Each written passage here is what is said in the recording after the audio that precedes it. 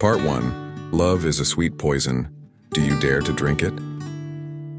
Have you ever stood before someone, your heart pounding like it's about to burst through your chest, hands trembling, and silently asked yourself, is this love? You feel it. The electric jolt racing down your spine, your breath catching as if someone squeezed your lungs, the world around you blurring like a dream you can't wake from. It's the moment you think you're invincible, that nothing can touch you. But then in the dark corners of your soul, a whisper slithers in. This will kill you. James Sexton, the world-renowned divorce lawyer who's seen thousands of hearts shatter before his eyes, once said with a voice heavy with ache, "Loving is an act of madness. You know it'll hurt you to death, but you dive in anyway like a moth to a flame. So why do we do it? Why do we drink this sweet poison, knowing one day it might turn into venom that destroys us?" Close your eyes for a second. Take a deep breath. Can you hear your heart? It's beating for someone, or the ghost of someone. Maybe it's your lover now, an ex who walked away, or even the old dog curled up beside you. Love is what makes you alive, but it's also what makes you willing to die. Sexton, with 25 years dissecting broken marriages, says, "We don't stop loving even when we lose everything." 86% of people who divorce remarry within 5 years. We lose, but we bet again. Science calls it addiction. Your heart calls it fate. What do you call it? Section 1. Love, chemical in your brain, or destiny of your heart.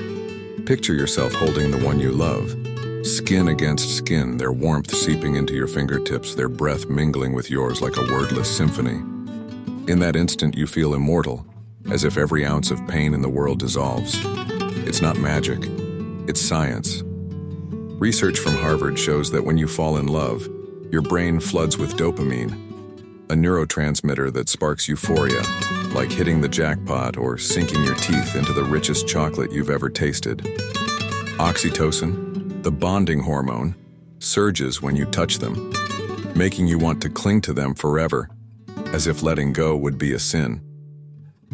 Serotonin, the mood balancer, has you grinning like a fool even in the pouring rain. But here's the brutal truth no one wants to hear. Those chemicals don't last. They fade, like a fire blazing bright then dying in the cold, dark night. Sexton has sat across from couples, their eyes red and swollen, clutching divorce papers. They'd once sworn to live and die together, danced under moonlight, whispered, promises so sweet they'd give you goosebumps. But then, just 48 hours after saying "I do," they stood before him screaming, "I want out of this." Love, it turns out, isn't eternal like fairy tales promise. It's a drug, both salvation and ruin. A study from University College London found that love lights up the same brain regions as cocaine. When you're in it, you're hooked. When it's gone, you're starving. Your body shakes, your soul hollows out, and you'd do anything to feel it again, even just once more. Think back to your first love. Did it feel like the universe conspired to bring you together? Every glance, every touch seemed like destiny. But then when it crumbled, maybe a cold goodbye over the phone, an unanswered text leaving you drowning in silence, or the moment you realized they no longer saw you the way they once did, you understood. Love isn't fate, it's a gamble. You wager your heart, and sometimes you lose everything.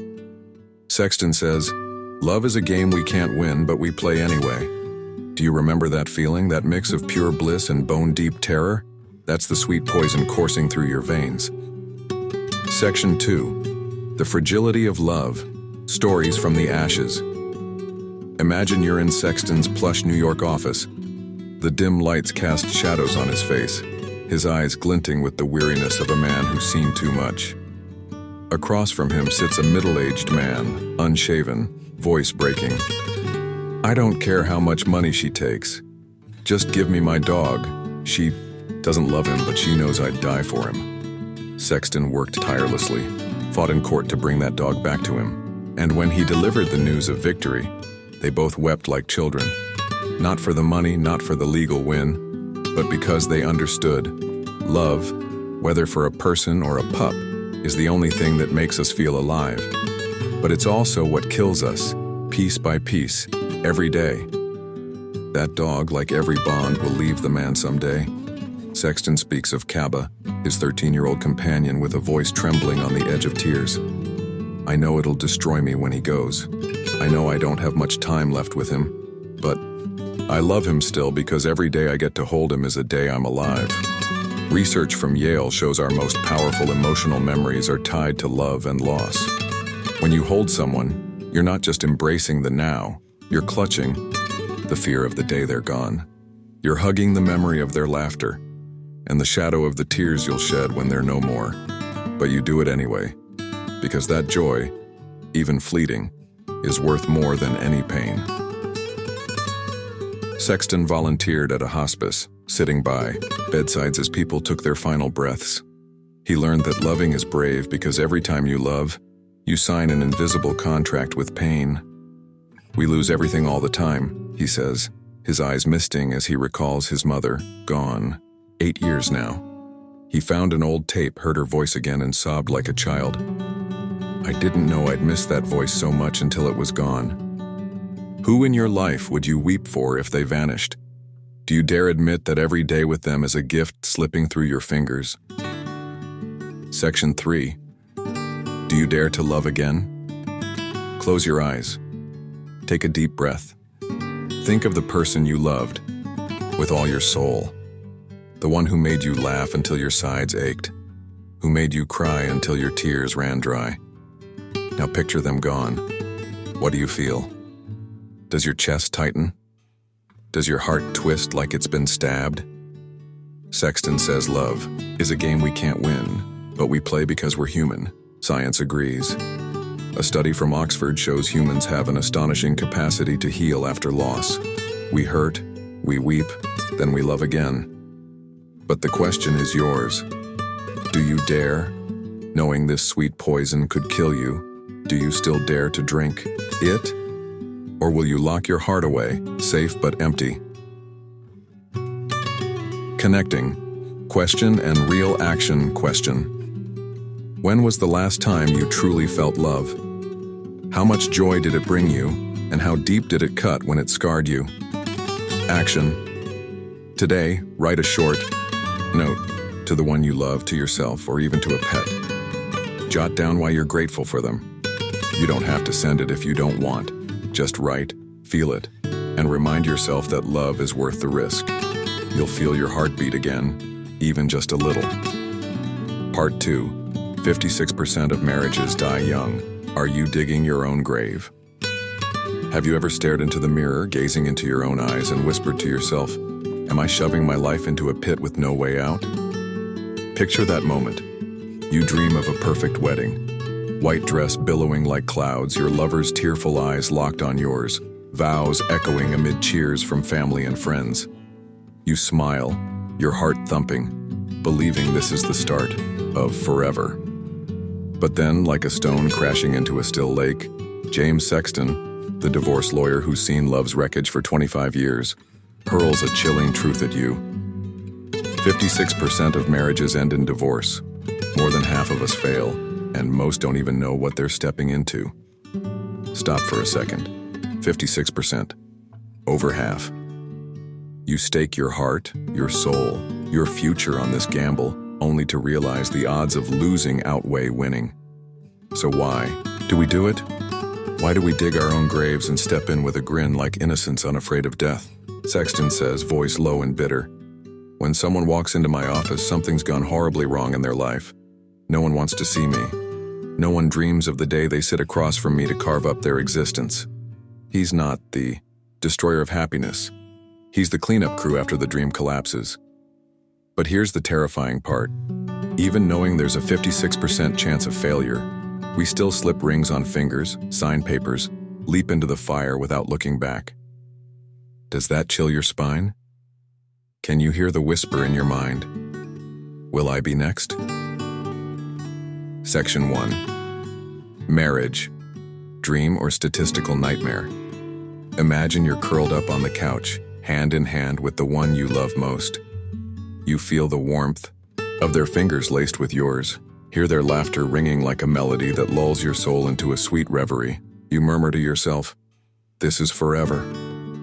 But then Sexton looms like a shadow, his piercing eyes cutting through you, voice a low rumble. More than half the people who sat like you are now sitting across from me, clawing at each other, over every dollar, every minute with their kids, every shard of a life they thought was unbreakable. 56%. That number isn't just a statistic. It's a knife plunging into your dream, leaving a wound that bleeds endlessly. According to the U.S. Centers for Disease Control and Prevention, CDC, out of every 100 couples who marry in America, 56 will split apart. In the UK, it's 42%, per the Office for National Statistics. In Japan, it's lower, around 35%, says their Ministry of Health, but still enough to make you wonder, am I the exception? Sexton recounts couples who loved fiercely, wrote love letters pages long, dreamed of a little house with a white picket fence and children's laughter. But then they stood before him, eyes blazing with hate, spitting words so venomous they'd never dared think them before. Marriage isn't the finish line, he says. It's a war most of us lose. And the crazy thing is, we know it. Yet, we charge in anyway. A study from the University of Chicago reveals humans suffer from irrational optimism. We believe we'll be different, that our love is strong enough to defy the stats. You've thought that too, haven't you? When you held their hand, when you looked into their eyes and saw the world, you told yourself, we won't be like the others. But Sexton smirks. 86% of divorcees remarry within 5 years. They lose, they hurt, they cry, then they roll the dice again. Can you hear fate laughing? It's cackling somewhere, waiting to see where you'll land in that 56%. Section 2. The mistakes that kill marriage. Are you repeating them? Picture yourself stepping into Sexton's office. The soft glow of lamps bathes his face, his eyes reflecting the wisdom of a man who's seen 1,000 tragedies unfold. He opens a thick file, flips through pages stained with signatures and dried tears, then looks at you. Every failed marriage boils down to two things, infidelity and money. But not how you think. You lean in, heart racing. Infidelity. You imagine them sneaking texts to someone else, their eyes darting away when you ask, "Where were you last night?" Money. You see the fights over bills. Who pays more? Who owes whom? But Sexton shakes his head. No. Infidelity isn't just sex. It's the betrayal of trust. Money isn't just debt. It's the lack of transparency. And most don't realize they're digging their own graves until it's too late. Research from the American Psychological Association, APA, shows 70% of divorcing couples cite loss of trust as the main reason, with infidelity and finances leading the charge. Sexton tells of a client, a wealthy man who hid millions in secret accounts to shield his wife from the truth. When she found out, she didn't rage about the money. She raged because he didn't trust her. She told me, if he can't be honest about cash, what else can I believe in him? Sexton sighs. That marriage didn't die from poverty. It died from secrecy. Then he shares another tale. A man lost his job. His wife became the breadwinner. He sank into depression because he wasn't the provider anymore, Sexton says, voice thick with pity. She started looking at him like a burden. They didn't divorce over money, they divorced over bruised egos. A Stanford study reveals that when economic roles shift in marriage, like job loss or a big promotion, the risk of divorce spikes by 33%. Do you see that in your life? Those times you stayed silent when they asked, "Are we okay financially?" Those moments you pretended everything was fine, even as you felt the cracks widening. Section 3. Can you break the 56% curse? Close your eyes. Take a deep breath. Imagine you're at a crossroads. One path leads to happiness. Laughter ringing. In a cozy kitchen, tight hugs in the dead of night, whispers of "I love you" that never fade. The other path takes you to Sexton's office, the rustle of papers, the cold voice of a lawyer, the hollow ache when you realize it's over. 56% of couples took that second road, even though they didn't want to. Sexton says, marriages fail not because we don't love enough, but because we don't do enough to keep it alive. But what about you? Can you shatter that curse? Research from Harvard on long-term relationships shows happy couples aren't the ones who never fight. They're the ones who mend after every fracture, with a 40% higher success rate. Sexton calls it preventative maintenance, the tough talks, the moments you face the truth instead of running. Would you rather be comfortable today or happy forever? He asks. The answer's in your hands, but be honest. Do you have the guts to look at your relationship and ask, are we digging our own grave? Connecting, question and real action, question. Look at your relationship now, or one from your past. Do you see any signs of secrecy or trust cracking? What scares you most about facing it? Action. Tonight, sit down with the one you love or someone close and ask them this simple question. Is there anything you haven't told me that you think we should share? Don't judge, just listen. It's the first step to breaking the 56% curse. You'll be stunned by what you uncover. Part 3. Marriage. A contract of the heart or chains of the government? Have you ever stood amidst a cheering crowd, a wedding ring heavy on your finger, smiling wide, yet whispering to yourself, what did I just sign up for? Picture that moment. The lights sparkle. Your lover's hand grips yours, their eyes shimmering with tears of joy. And you think this is love's sacred peak, a vow to last forever, a pact between two beating hearts. But then, James Sexton, the divorce lawyer with eyes sharp as blades, steps close and murmurs, marriage isn't love, it's a legal contract, and you just handed your heart to the government to control. Your chest tightens, your breath falters. The love you thought was holy, free, and yours alone is suddenly shackled by fine print you never read. So what is marriage? A promise of the soul or cold chains locking you in? Do you dare face that truth head-on? Sexton, who's dissected thousands of broken unions over 25 years, says with a voice thick with bitter wisdom, most people don't know what they're signing when they marry. They think it's love, but it's a legal status. The government can tweak it any time. Have you ever considered that? When you said, I do, you didn't just pledge yourself to them. You gave a faceless system power over your life, one you never voted for. And when it all falls apart, that same system decides who gets what, who keeps the kids, who keeps the dog. Marriage, heaven or prison? The answer's yours, but first, summon the courage to see it for what it is. Section 1. Marriage, romance, or legality. Imagine you're in a small chapel, sunlight streaming through stained glass, painting colors across your lover's face. They look at you, eyes glinting like stars, and your heart melts. This is love, and you think, this is the moment we become one. But Sexton cuts through your reverie with a sardonic grin. Marriage has 3 meanings: spiritual, social, legal. I only deal with the third, the part no one thinks about when they're drunk on romance. He explains that while you're dreaming of eternal love, you're signing a deal with the state, a contract you didn't draft, can't negotiate, and when it ends, a stranger in a robe will wield the pen to carve up your fate. A Yale Law School study reveals that modern marriage is more a legal invention than a heartfelt vow. In medieval England, the church ruled it, but by the 18th century, it became a government tool to manage property, inheritance, and social order. In the US, marriage laws shift constantly, like in 2016, when Trump axed tax deductions for alimony, leaving thousands of married folks blindsided by a new game they didn't sign up for. Sexton says, I've seen couples crumble not because they stopped loving, but because the law changed and they couldn't bear the new financial strain. See it now? Marriage isn't the rosy painting in your mind. It's a chessboard. And you're not the one moving the pieces. Recall a wedding you've been to, maybe your own. Did you ever ask, where's the marriage license? Let me see the terms? No, right? Sexton chuckles. Nobody does.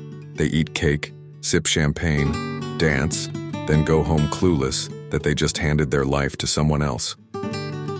Marriage is a contract you sign blind, and when it unravels, you realize you're not in control. So why do we keep doing it?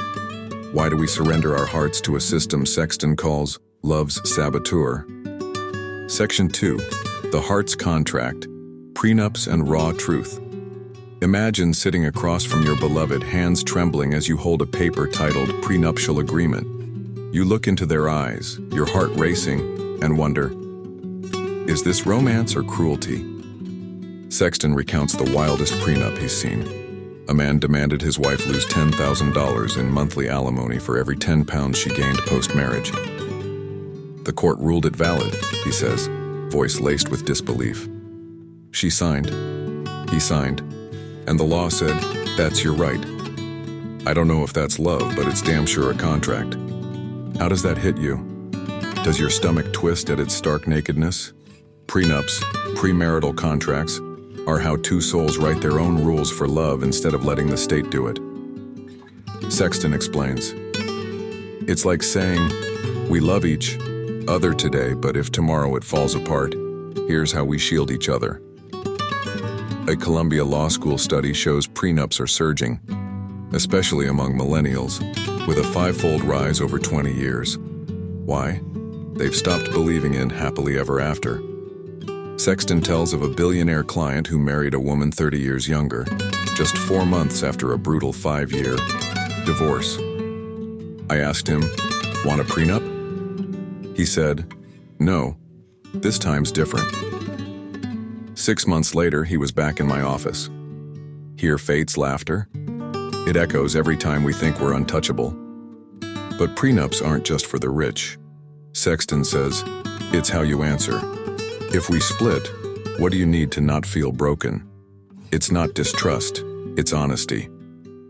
A University of Utrecht study finds couples who discuss prenups before marriage report 15% higher satisfaction. They're forced to face the hard stuff. Do you dare sit with your love and ask, if we end tomorrow, what do you want? Or does the word prenup alone make you fear your love will shatter like glass on concrete? Section 3. Government chains. Who really holds your love? Imagine standing in a courtroom, the judge's icy stare boring into you. The one you used to hold each night now sits across a cold wooden divide. Sexton says, when marriage breaks, you don't decide who gets what. The government does. He tells of a client who won a $50 million lottery, only to learn his wife got half. Not because she demanded it, but because the law said so. He screamed at me. I bought the ticket. Not her, I said, but you married her. Legally, you're one. Does that sting? Does your heart ache at the realization your love isn't yours anymore? An Oxford University study shows marriage laws reflect culture and power more than love. In Sweden, assets split evenly, no matter who earned them. In India, they favor the husband's family. In the US, it depends on your state. California splits everything down the middle.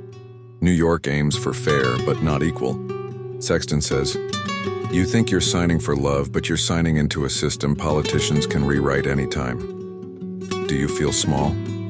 Does your love feel caged, locked in a cell you don't hold the key to? But here's what Sexton wants you to grasp. Marriage isn't the problem. The assumption it's everything is. Why don't we ask, what does marriage solve for me? You don't need papers to love someone, to hold them each night, to build a family. So why do we let the government in? Why do we turn the most beautiful thing in our lives into a tangle of forms and rules? Section 4. Heart or chains? What do you choose? Close your eyes. Take a deep breath. Imagine holding your lover's hand. No ring, no papers, just two hearts beating as one. Now picture standing at an altar signing a form, handing your love to a stranger system. How does it feel? Free or trapped? Sexton says, I love the idea of two people facing each other saying, you're mine. But you don't need the government for that. A University of Toronto study shows couples who live together long-term without marrying are just as happy as those who do. It's the commitment, not the certificate, that matters. So what's your choice?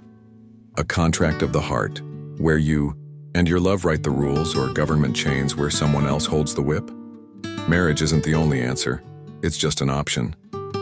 Do you have the courage to ask, do I really need it? Connecting. Question and real action question. If laws or society didn't push you, would you still marry your love? What in marriage truly matters to you? Love or security? Action. Today, sit with your lover, or alone if you're single, and write down 3 things you want in your relationship, not based on law, not on expectations, just your heart. Share it with them or keep it close and ask, do I need marriage for this? It's your first step to reclaiming your love's reins. Part 4. Money can't buy love, but it can kill it.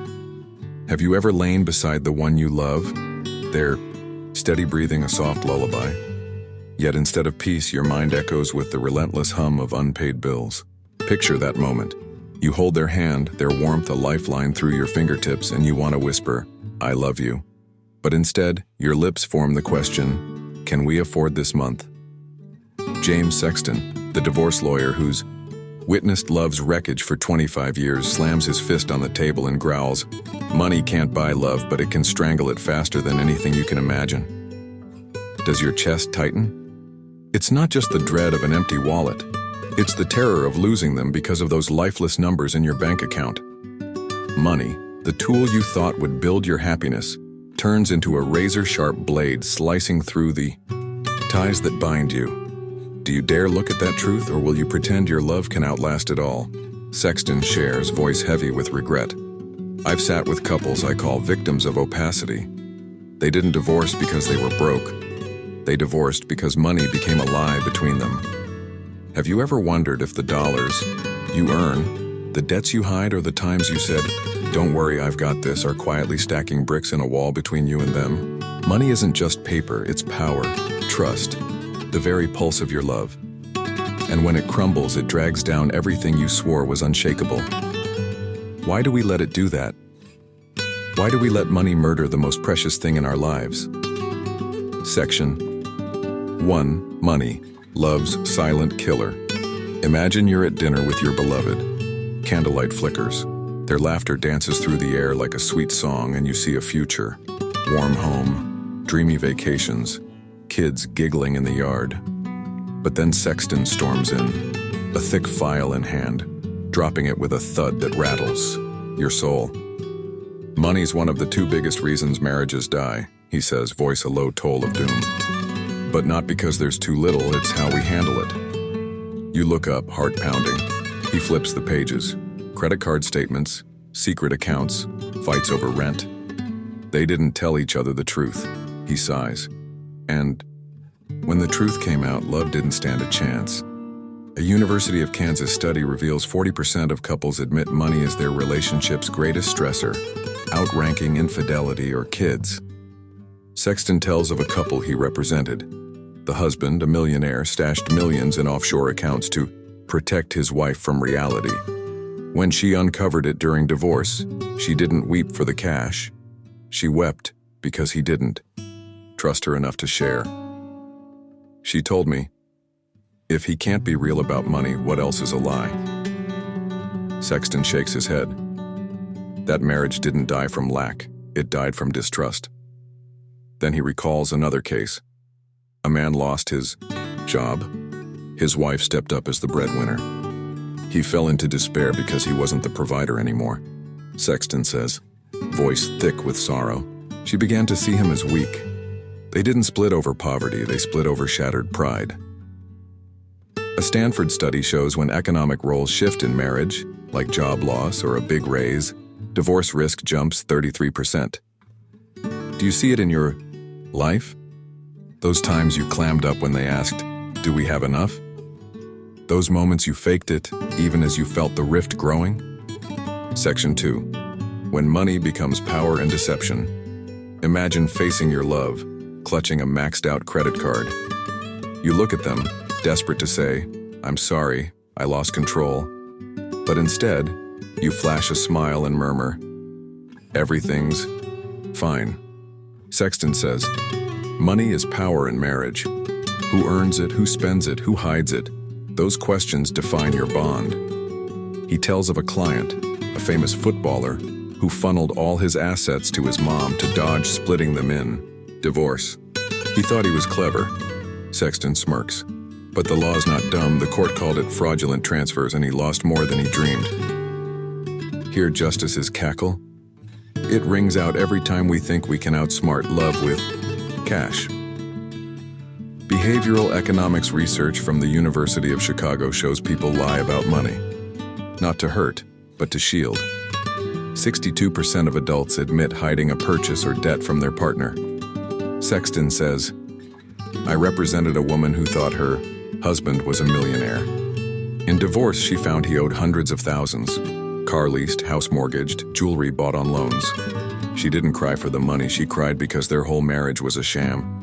Have you ever hidden something financial from your love? A small debt? A reckless splurge? You thought it was protection, but if they knew, would they still see you the same? Then there's the flip side. Sexton tells of a man who hit a $50 million lotto after years of scraping by with his wife. He was over the moon, Sexton says, until I told him, she gets half. He yelled, I bought the ticket, not her. I said, but you married her. Legally, it's both of yours. A Harvard law study notes that in community, property states like California, everything earned in marriage splits 50-50, no matter who held the cash. Does that burn? Does your love feel reduced to a frigid equation? Section 3. Money can't buy love, but truth can save it. Imagine standing at a fork in the road. One path leads to silence. You hide, you cover up, you let money silently widen the gulf between you. The other leads to truth. You open up, you share, you face the fear of judgment. Sexton says, money kills marriages not because it's scarce or plentiful, but because we don't speak its truth. He tells of a couple who came to him for a prenup. They sat down, listed every asset, every debt. They argued, they cried, but in the end, they knew each other better than ever. They didn't divorce, they married stronger. Hear that flicker of hope? It's faint, but it's there. A University of Utrecht study shows couples who talk openly about money before marriage cut their divorce risk by 20%. Sexton calls it preventative maintenance, building trust from the start, not waiting for collapse. If you can't be honest about money, you can't be honest about anything, he says. Do you dare do it? Sit with your love, bare your books, your heart, and say, this is all I've got and this is what I fear? Or will you let money quietly slay your love $1 at a time? Section 4. Will you let money define your love? Close your eyes. Take a deep breath. Imagine holding your love. No bills, no debts, just two hearts beating as one. Now picture a money fight. Screams, tears, a slammed door. How does it feel? Free or caged? Sexton says, money can't buy love, but a lack of transparency can destroy it. A Harvard study on long-term happiness shows trust, not cash, is the bedrock of lasting bonds. So what's your choice? Let money silently kill your love or face it to save it? Love doesn't need wealth to thrive, but it needs truth to breathe. Do you have the courage to open up, or will you let those soulless digits dictate the best thing in your life? Connecting. Question and real action. Question. Have you ever hidden something about money from your love? If they found out, how do you think they'd react? Hurt or forgiveness? Action. This week, take 10 minutes with your love or alone if single, and write down 3 things about money you've never shared. A debt, a fear, a dream. If you're brave enough, tell them, I want you to know this because I trust you. Start with that. It's your first step to stop money from killing your love. You'll be shocked at the relief it brings. Part 5. Infidelity, the double-edged sword of desire and betrayal. Have you ever felt your heart race faster when a stranger's glance brushes against you, even as the weight of a wedding ring anchors your hand? Picture that moment. You're in a cafe, your love waiting at home, but a smile, a fleeting word from someone else sets your blood ablaze, your breath tangling in your throat. It's temptation, sweet, perilous, irresistible. James Sexton, the divorce lawyer who's stared into the abyss of broken hearts for 25 years, leans in with a voice heavy with haunting truth. Infidelity is a double-edged sword. One side is desire that makes you feel alive. The other is betrayal that kills everything you've ever believed in. Does your chest seize up? It's not just the fear of getting caught, it's the terror that you want it to happen. Infidelity isn't just an act, it's a dark secret, coiled in every soul, a flame that warms and consumes. Do you dare gaze at that blade and admit it's grazed your heart? Sexton has sat across from shattered souls who swore they'd never stray, only to confess, "I couldn't stop."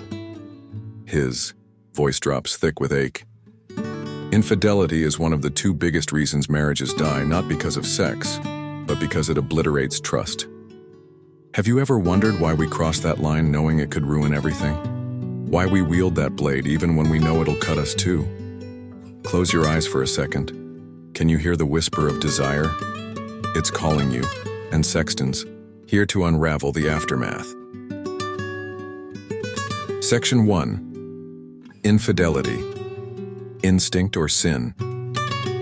Imagine lying beside your love, moonlight spilling through the window, their steady breath a reminder of the vows you made. But then another image flickers in your mind. A fleeting touch from a coworker, a late-night text from a stranger, a moment you felt alive again. Sexton leans forward, eyes cold as steel. Infidelity isn't new. It's as old as humanity. We crave the safety of love, but we hunger for the thrill of the forbidden. He tells of clients, ordinary men and women, not villains from a movie, who stepped over the edge, leaving devastation in their wake. I asked a man, "Why'd you do it?" He said, "Because I felt alive." I asked a woman, she said, "Because he doesn't see me anymore." Hear that heartbeat in their words? It's not just sex. It's the ache to be seen, wanted, alive. The Kinsey Institute reports 37% of men and 20% of women admit to cheating at least once. But the real number could be higher, because who dares confess it all? Sexton says, "I've seen couples who loved fiercely unravel over one drunken night." He begged forgiveness. She didn't care about the sex. She wept because he bared his soul to someone else. Infidelity isn't just physical. It's a dagger in trust, deeper than any visible wound. A University of Oxford study on evolution suggests humans aren't wholly wired for monogamy. Our ancestors often mated multiply to survive. But modern society cages us in one and only, and when that cage tightens, we claw for escape. Have you felt that pull? A glance, a touch, a fleeting thought. It's not sin, it's human.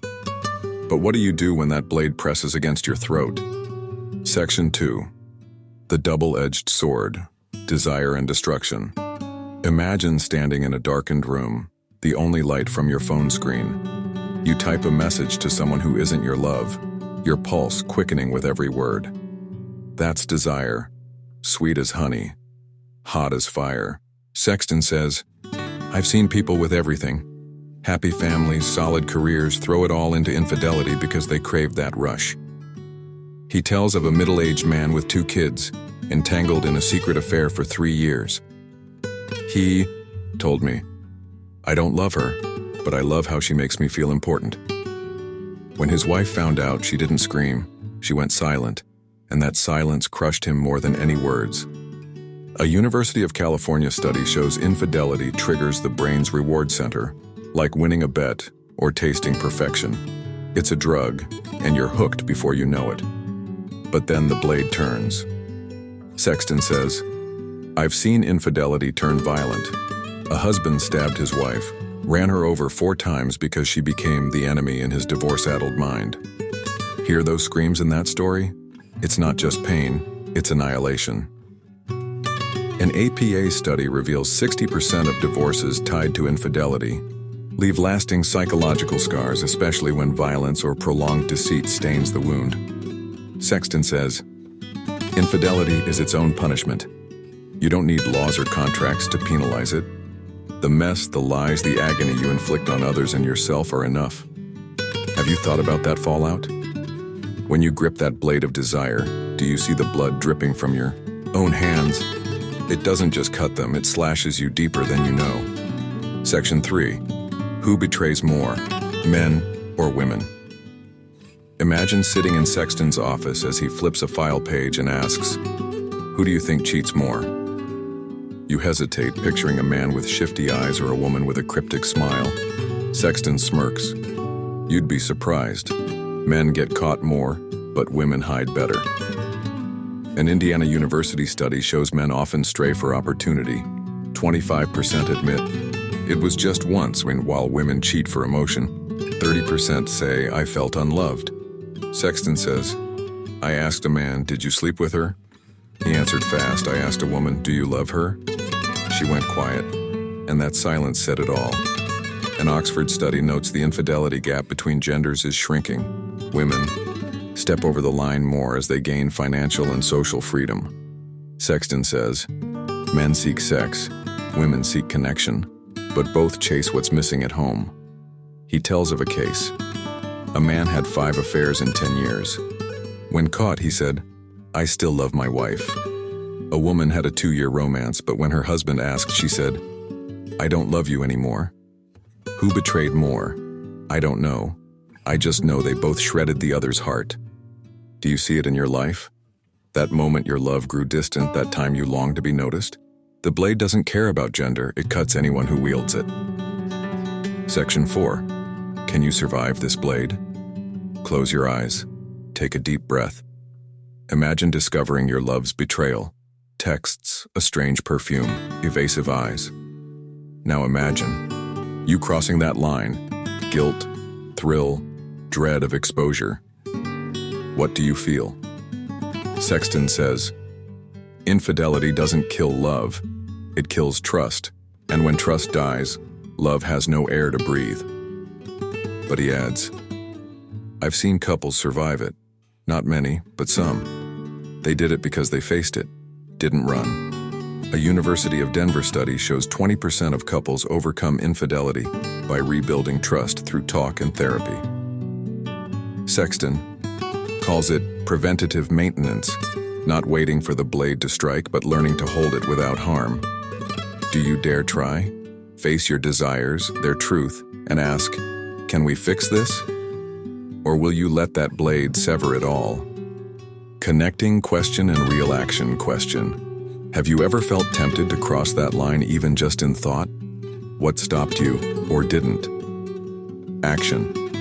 Today, take 5 minutes to write one thing you crave in your relationship that you don't have. Attention, passion, connection. If you're brave, tell your love, I need this from you. It's your first step to keep desire from turning into betrayal. You'll feel lighter than you expect. Part 6. Prenups, romantic or ruthless? Have you ever sat across from the one you love, hands shaking as you clutch a paper-labeled prenuptial agreement, whispering to yourself, what am I doing to our love? Picture that moment. You gaze into their eyes, your heart pounding with adoration, but your mouth betrays you, saying, if we split, here's what I want to keep. Your chest tightens, your throat chokes. It's the instant where love collides with cold reality, raw, naked, and aching. James Sexton, the divorce lawyer who's peeled back the layers of broken vows for 25 years, speaks with a voice dripping with haunting weight. A prenup is a question. I love you, but if tomorrow, you're not mine, what then? It can be the most romantic thing or the most ruthless, depending on how you see it. Does your heart sting? It's not just the fear of losing them. It's the dread of admitting your love might end. Prenups, a pact of the soul or a dagger to trust? Do you dare face that question head on? Sexton has sat with starry-eyed couples who looked at him like he was the grim reaper of their dreams. They think I'm here to ruin their fairy tale, he says with a wry smile. But I'm just the guy helping them write what they're too scared to say aloud. Have you ever thought your love, so eternal in your mind, might need a contract? To shield it? Why do we turn forever into a list of what-ifs? Close your eyes for a second. Can you hear doubts whisper? It's asking, how long will this last? Section 1. Prenups. Love through a legal lens. Imagine standing at the altar, sunlight piercing the air, your lover's hand in yours, thinking, this is eternity. But then Sexton steps in, a stack of papers in hand, voice cutting like a blade. Marriage is a legal state, not a dream. A prenup is how you wrestle control back from the government. He explains that when you sign that marriage license, you're handing your love to a system that doesn't care about late night, embraces, or whispered promises.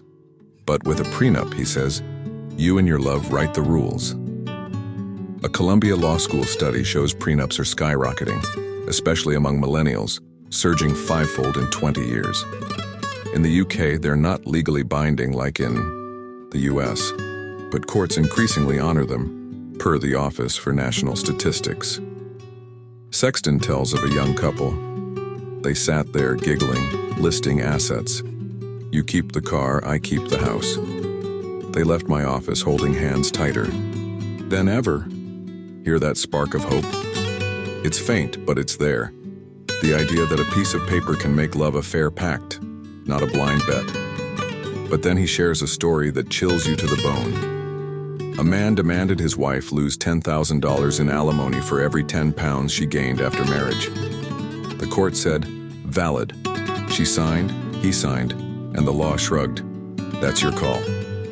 Does your stomach knot? That's not the love from storybooks. It's a contract so cold her weight became a number on a financial scale. Sexton says, I don't know if that's love, but it's sure as hell the truth, bare and brutal. Do you dare picture yourself facing your love saying, if you gain weight, I'll pay you less? Or is that a line you'd never cross? Section 2. Romantic or ruthless. The two faces of prenups. Imagine dining with your love, candlelight glowing, and you say, I want a prenup. Their eyes darken, their smile vanishes, and you hear, don't you trust me? Sexton says, I've seen prenups shatter marriages before they start. A guy brought one to his fiancée. She said, no way. He caved because he feared losing her. They married, and 2 years later he sat in my office losing half his fortune. Hear his heavy sigh? It's laden with regret. That's the worst way to begin, yielding out of fear instead of facing the truth. But then he tells a tale that warms you. A couple came to me wanting a prenup to protect each other's dreams. He said, she's an artist. I want her free from money worries if I'm gone. She said, he'd built his company from nothing. I don't want it. They signed, and I saw them hug in the hall like it was their first I love you. A University of Utrecht study finds couples who talk prenups pre-marriage are 15% happier. They confront the tough stuff head on. See it now? A prenup can be romantic, a way to say, I love you enough to guard you even if I'm not here. Yet it can be ruthless too. Sexton says, I've seen prenups weaponized. A man demanded she get nothing if she cheated, but he could do whatever. She signed out of love, and 5 years later she stood before me penniless while he lived with his mistress. A Harvard law study notes prenups are only struck down if unconscionably unfair, meaning too cruel, too absurd. That weight clause? Valid. That infidelity rule? Valid. Does that sting? Does your love feel twisted into a game of power? Section 3. Prenups worldwide. Love or math. Imagine you're in Sweden, where prenups are standard to shield personal assets, per statistics Sweden. Or in India, where they're so rare they're an insult, says a University of Delhi study. Sexton says, America's where prenups get wild. I've seen clauses about who keeps the dog, who gets the wine collection. He tells of a billionaire marrying a woman 30 years younger just 4 months after a divorce. I urged him, get a prenup. He said, no, this time's different. 6 months later, he lost half his wealth. Hear fate's chuckle? It rings out every time we think love alone is enough. An Oxford law study shows prenups mirror culture. In the West, they're shields for the individual. In Asia, they're seen as family wreckers. Sexton says, prenups aren't the issue. It's that we don't ask, what does it solve for me? He tells of a couple without one. When they divorced, she lost everything because he'd hidden assets pre-marriage. A prenup could have let her walk away with her head high. He sighs. See it? Prenups can be a safety net or a noose, depending on who holds the pen. Section 4. Romantic or ruthless? What's your choice? Close your eyes. Take a deep breath. Imagine holding your love's hand. No labels, no papers, just a promise between two souls. Now picture handing them a prenup, saying, "I want to protect us." What do you feel? Freedom or guilt? Sexton says, a prenup can be the most romantic thing you do. A way to say, "I love you enough to not leave you stranded." But it can also be the cruelest. A way to say, "I don't trust you." A University of Toronto study shows long-term unmarried couples are as content as married ones. Trust, not paper, is what counts. So what's your pick? A heart's pact where you craft the rules, or a knife to trust where you brace for the end from the start? How much is your love worth, and do you dare weigh it? Connecting question and real action question. If you had to sign a prenup with your love, what would you keep, and what would you give them? What does that say about your trust in this love? Action. Today, write down 3 things you'd protect if your relationship ended. Assets, emotions, memories. If you're bold, ask your love, if we split tomorrow, what would you want me to have? Don't fear the answer. It'll show you what your love really is. That's your first step to making a prenup romantic, not ruthless. Part 7. Love is like your dog. One day it will leave you. Have you ever wrapped your arms around someone, your lover, your friend, your little dog, and felt a quiet ache ripple through your chest as if you know deep down they won't stay forever? Picture that moment. You press your cheek against your dog's soft fur, its heartbeat a steady rhythm beneath your touch, and a cold thought creeps in. One day, I'll lose you.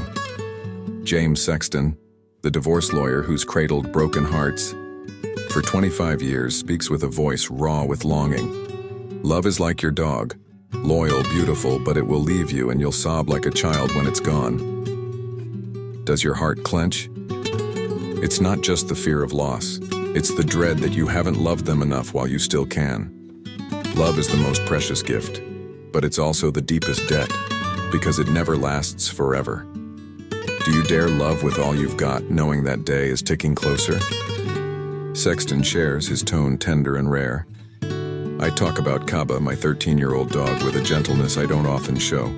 I know losing him will gut me, but every day I get to hold him, I live. Who in your life makes you feel that way? Person, a pet, a memory, something you know will slip away, yet you cling to it because that pain is worth more than any safe joy. Close your eyes for a second. Can you hear your heartbeat? It's pulsing for someone, and Sexton's here to whisper, don't wait until they're gone to realize how much you love them. Section 1. Impermanence. Love isn't forever, imagine. Sitting on the couch, your dog nestled beside you, its head resting on your lap. You stroke its fur, feeling its warmth, thinking, I'll never let you go. But then Sexton appears, his eyes misty as he speaks of Kaba. I hold him every day, but I know he's fading. His fur's graying, his legs don't run fast anymore. I won't have another 13 years with him, I'm lucky for one more. He pauses, voice trembling. Love is like that. You don't own it. It's loaned to you, and one day you have to give it back. Hear that clock ticking? It's counting down the moments you have left with them. A Harvard study on human-pet bonds shows we love animals so fiercely because their devotion is unconditional. They don't judge, don't demand, just stay. But it also finds losing a pet rivals losing a human loved one because they embody pure love. Sexton says, I fought for a man to get his dog back from his ex-wife. He said, I don't care how much she takes, just give me my dog. When I won, he cried, and I cried with him. I get it, that dog was his love. Who in your life would you weep for like that? A person, a pet, a piece of your past? Sexton volunteered at a hospice, watching people breathe their last. I learned everything's fleeting, he says. Your Child today isn't your child tomorrow. They grow, they change. Your lover today isn't your lover tomorrow. They might leave, or death might steal them. Buddhist monk Thich Nhat Hanh wrote, "Because all is impermanent, we must love, now in this moment." Do you feel time slipping through your fingers? It's flowing, and you can't hold it back. Section 2. Love is courage, because it always ends. Imagine embracing your dearest, your partner, your parent, your pup. You feel their warmth, hear their heart, and think, I can't live without you. But then Sexton shares about his mother, gone 8 years. I found an old tape, heard her voice again, and wept like I've never wept. I didn't know I'd missed that sound so much until it was lost. He pauses, eyes glistening. Loving is madness. You know it'll break you, but you do it anyway. I love Kaba, even though I know his leaving will kill me. Hear that crack in his heart? It's not just sorrow, it's bravery. A Yale study on emotional memory shows our deepest love moments tie to loss, because loss sharpens what we once had. Sexton says, "When Buster, my dog before Kaba died, I swore I'd never love again. I couldn't take that pain. But then Kaba came, full of worms, peeing on my floor, and I loved him instantly." He laughs, but his eyes well up. I know he'll shatter my heart, but it's worth it. Who in your life makes you feel that? Someone you love knowing they'll leave you broken? Thich Nhat Hanh offers a mindfulness practice. When you hug someone, imagine they're already gone and this is your last embrace. Then remember they're still here, and you're holding them now. Sexton says, if you hugged Kaba thinking it's the last time, you'd never let go. Dare to try it? Hug someone and picture them gone. You'll cry, but you'll love them harder than ever. Section 3. When love leaves, what will you do? Imagine standing by your old dog's bedside, its cloudy eyes gazing at you, its breaths shallow. You stroke, it whispering, "Thank you for staying with me." Sexton says, I've had to let 3 dogs go. Each time I held them, smelled them, thought, this is it. It's the final act of love, letting them leave instead of holding them in. Pain. He pauses, voice breaking. When Kaba's time comes, I'll do it again even though it'll destroy me. Hear that sob in his chest? It's not just loss, it's love. A University of California study shows losing a loved one, human or pet, triggers brain regions tied to physical pain. But it also sparks recovery. We ache, we cry, then we love again. Sexton says, after Kaba's gone, I'll say never again, but I'll be lying. I'll love again, another dog, another soul. That's human. See it? Love is like your dog. It leaves, but it leaves you with the capacity to love endlessly. He tells of a client who took his life after divorce. He lost his wife, his home, his pride. I got an email. He's gone. I wept. Not because he was my client, but because he loved so deeply. Who in your life do you fear losing so much you can't bear to think of it? They're here now, but one day they won't be. Section 4. How will you love knowing it'll leave? Close your eyes. Take a deep breath. Imagine holding your love tight. No warmth, no bills, just 2 hearts in sync. Now picture losing them. No laughter, just silence. What do you feel? Sexton says, love is a gift on loan. If you wait until it's gone to see its worth, you've lost. A Harvard study on lifelong happiness shows those who cherish the moment, knowing it'll pass, live 30% more fulfilled. So what's your choice? Love shallowly to dodge pain, or love fully knowing the end will come? Sexton says, I love Kaba because he saved me. He reminds me I can love, even after losing it all. Love is like your dog. It's not eternal, but it's worth your tears when it goes. Do you dare love like that? Connecting question and real action question. Who in your life, person or pet, do you know will leave, yet you love with all your heart? What scares you most about losing them? Action. Today, take 5 minutes to hug someone you love, your partner, family, or dog. As you hold them, imagine it's the last time, then remember they're still here. Tell them, thank you for being with me. That's how you love knowing they'll leave. Fears true without regret. Part 8. Happiness on social media. The hollow shell of broken hearts. Have you ever scrolled through social media, eyes locked on a photo of a beaming couple by the sea, and felt a sharp pang twist your heart as you thought, why can't I be that happy?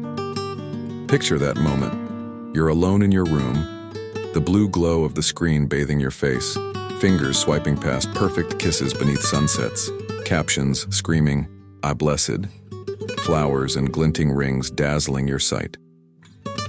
James Sexton, the divorce lawyer who's cradled shattered souls for 25 years, slams his fist down and growls, "Happiness on social media is the hollow shell of broken hearts. I've seen them, the perfect pairs, sobbing in my office days after posting those pictures. Does your chest constrict? It's not just sadness. It's the dread that you're living a lie, or worse, measuring your life against a play that isn't real. Social media happiness, a glittering mirage or a self-made prison? Do you dare switch off the screen and face the truth?" Sexton has sat across from Instagram idols, their curated lives admired by millions. "They post hugs and smiles," he says, voice thick with bitter edge. "But in my office they scream over money, infidelity, the cracks no one sees. Why do we do this? Why do we build these shimmering walls of fake joy only to collapse in silence?" Close your eyes for a second. Can you hear your heart? It's beating in a world of filters and hashtags, and Sexton's here to rip the mask off the lie. Section 1. The Shell of Happiness. Why we pretend. Imagine holding your phone, snapping a photo with your love. A flawless moment. Their eyes sparkling, your grin radiant. You caption it, "Happiest day of my life." But then Sexton looms, his gaze slicing through you. "I've seen couples like you.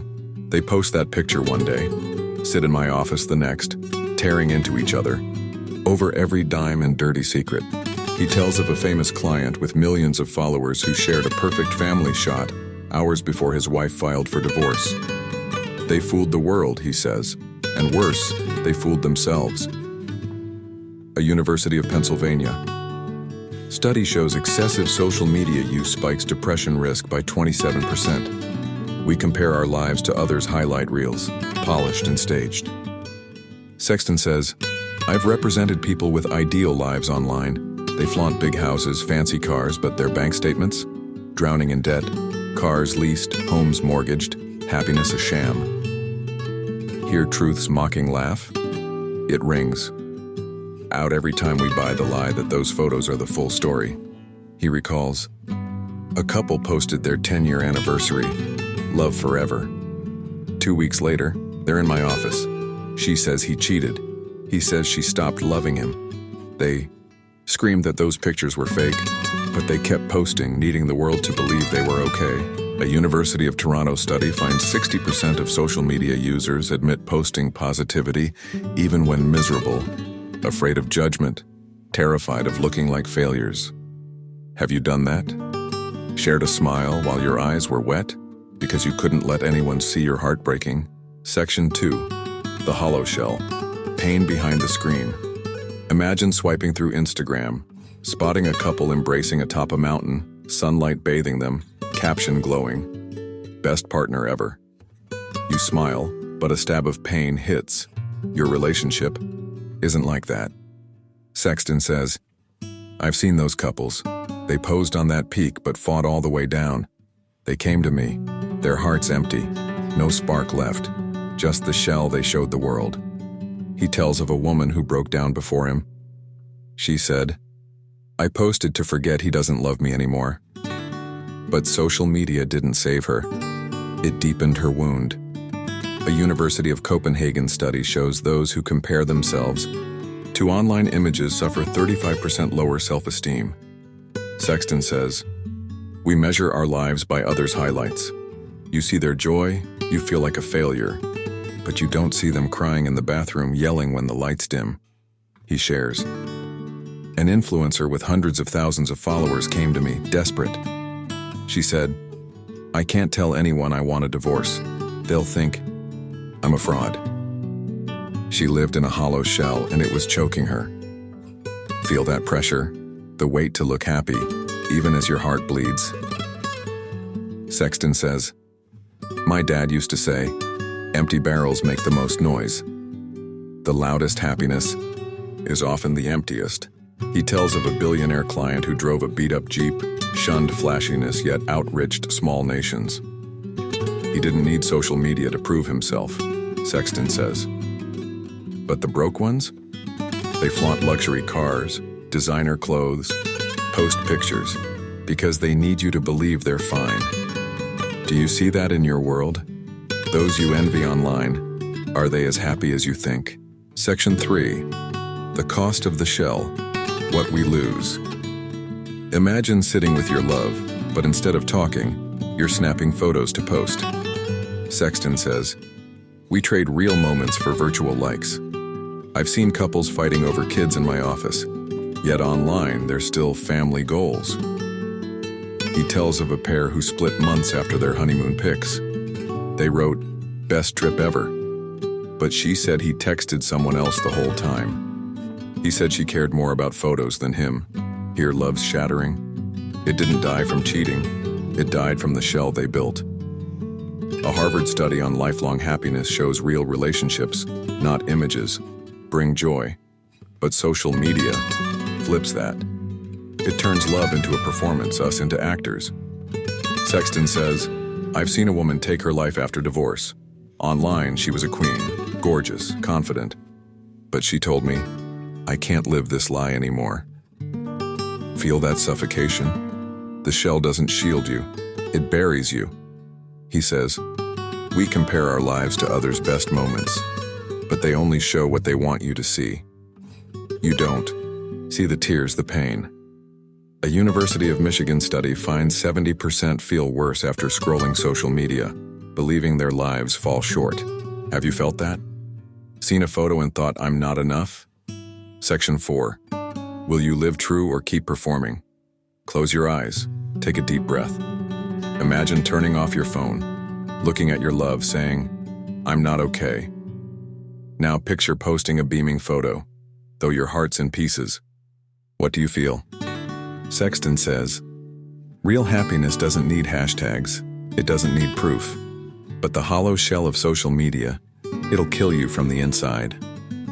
A Stanford study shows cutting social media time boosts satisfaction by 20% in a month. So what's your choice? Live raw with your broken heart, or act in that empty shell? Sexton says, "I love the beauty of real love, unfiltered, unposed. But you need courage to live it." Do you dare shut the screen, face the truth, and love without applause? Connecting question and real action question. Have you ever posted happiness to hide your pain? What stops you from being real online? Action. Today, go 10 minutes without your phone. Sit with your love or alone and say one true thing about how you feel. "I'm sad because," or "I need." Don't post it. Just keep it yours. That's your first step to break the hollow shell and find real happiness. Part 9. 48 hours from I do to I quit. How fast can love go? Have you ever stood at the altar, gazing into your lover's eyes through a veil of joyful tears, whispering, "This is forever," only to find your heart splintering 2 days later when they say, "I can't do this"? Picture that moment. Church bells still echo in your ears. The scent of wedding flowers lingers on your skin, but their gaze turns frigid, their voice hardens, and you're left frozen, asking, "What just happened to my love?" James Sexton, the divorce lawyer who sifted through love's wreckage for 25 years, leans in with a voice thick with haunting truth. "I've seen a marriage die in just 48 hours, from I do to I quit. Love can move so fast you can't catch your breath." Does your chest cave in? It's not just the fear of breakup. It's the dread that you never truly grasp how swift and fragile love can be. 48 hours. Enough to weave a dream. Enough to burn it to ash. Do you dare believe your love will defy that speed? Sexton says, I've had couples walk into my office, ink still wet on their marriage license, ready to tear it all apart. He grins wryly. Vegas, baby, where love is born and dies quicker than a card game. Have you ever wondered why we plunge into love at breakneck speed only to flee even faster? Why we swear forever when we can't hold on to 2 days? Close your eyes for a second. Can you hear your heart racing? It's beating in a world where love can vanish in a blink, and Sexton's here to unveil that brutal truth. Section 1. Impulsive love, from passion to regret. Imagine standing under Vegas's neon glow, hand in hand with someone you just met, blurting, "Let's get married." Your heart thunders, adrenaline floods your veins, and you think, this is love, real, wild, unstoppable. But then Sexton steps in, shaking his head. 48 hours is the shortest marriage I've seen. They woke up sober, stared at each other, and screamed, "What the hell did we do?" He tells of couples swept up in impulse. No waiting, no thinking, just the raw blaze of the moment. They came to me to annul it, he says. Not divorce. Annul. Like they wanted to erase every trace. A Stanford study on snap decisions shows when adrenaline and dopamine spike, like in those fiery moments of passion, people act without weighing consequences, with 70% regretting it later. Sexton says, there's no waiting period to marry. In America, pay $40, find an efficient, maybe some Elvis impersonator, and boom, you're hitched. But to undo it, you need me, and I'm not cheap. Hear Impulse's wild laugh? It rings out every time we think love is a parachute leap with no chute. He shares. A couple met at a bar, married that night. 48 hours later, they're in my office. He says, I didn't know her name till morning. She says, he snores. Like a pig. I can't live with this. Sexton's voice drops. That's how fast love can be. A gust that sweeps you up, then dumps you in ruins. A University of California study notes impulsive love decisions stem from the emotional brain, amygdala, overriding reason, prefrontal cortex. Have you ever leapt like that? A kiss? A confession? A choice you rued the moment the high faded? Section 2. From I do to I quit. What went wrong? Imagine just saying I do, applause ringing, you hug them, feeling the world is yours. But 48 hours later, you're in Sexton's office, hands trembling, clutching annulment papers. He says, they didn't split because love died. They split because they realized it was never there. He tells of a Vegas pair. Met at a casino, married at 2 a.m., called me by noon Monday. She said, he blew all my money at blackjack. He said, she kept yelling at me. 48 hours from passion to poison. A University of Chicago study on the honeymoon effect shows the intense bliss after marriage plummets within 72 hours without a solid emotional base. In impulsive unions, it vanishes instantly. Sexton says, real love needs time to breathe, but in 48 hours there's no time, just feeling, and feeling dies fast. He shares, a man woke up post-wedding, looked at his wife, said, I can't do this. He didn't know if she liked coffee or tea, but he'd vowed forever to her. Does that chill you? Love can race so fast you don't see it's a mirage. Sexton says, they come to me with instant regret, not because they hate each other, but because they don't know each other. In 48 hours, they went from strangers to spouses to enemies. An Oxford study finds relationships sparked in high emotion states, like drunken nights or wild thrills, are 3 times likelier to collapse within a year. Have you rushed into love like that? A moment of madness you thought was eternal only to wake up to a mistake. Section 3. Love speed. Why we rush. Imagine racing against time, clutching their hand, thinking, if I don't hold them now, I'll lose them. Sexton says, we rush into marriage because we're scared. Scared of loneliness, scared of missing out, scared no one else will love us. He tells of a couple wed after 3 days. They said, we knew it was fate. 48 hours later, they knew it was a fluke. But in that moment, they feared waiting meant losing their shot. A University of Michigan study on fear of missing out, FOMO, shows 45% of young adults feel pressure to commit fast, spurred by friends' weddings and baby posts online. Sexton says, they see those photos, those on forever tags, and think, I've got to do it now.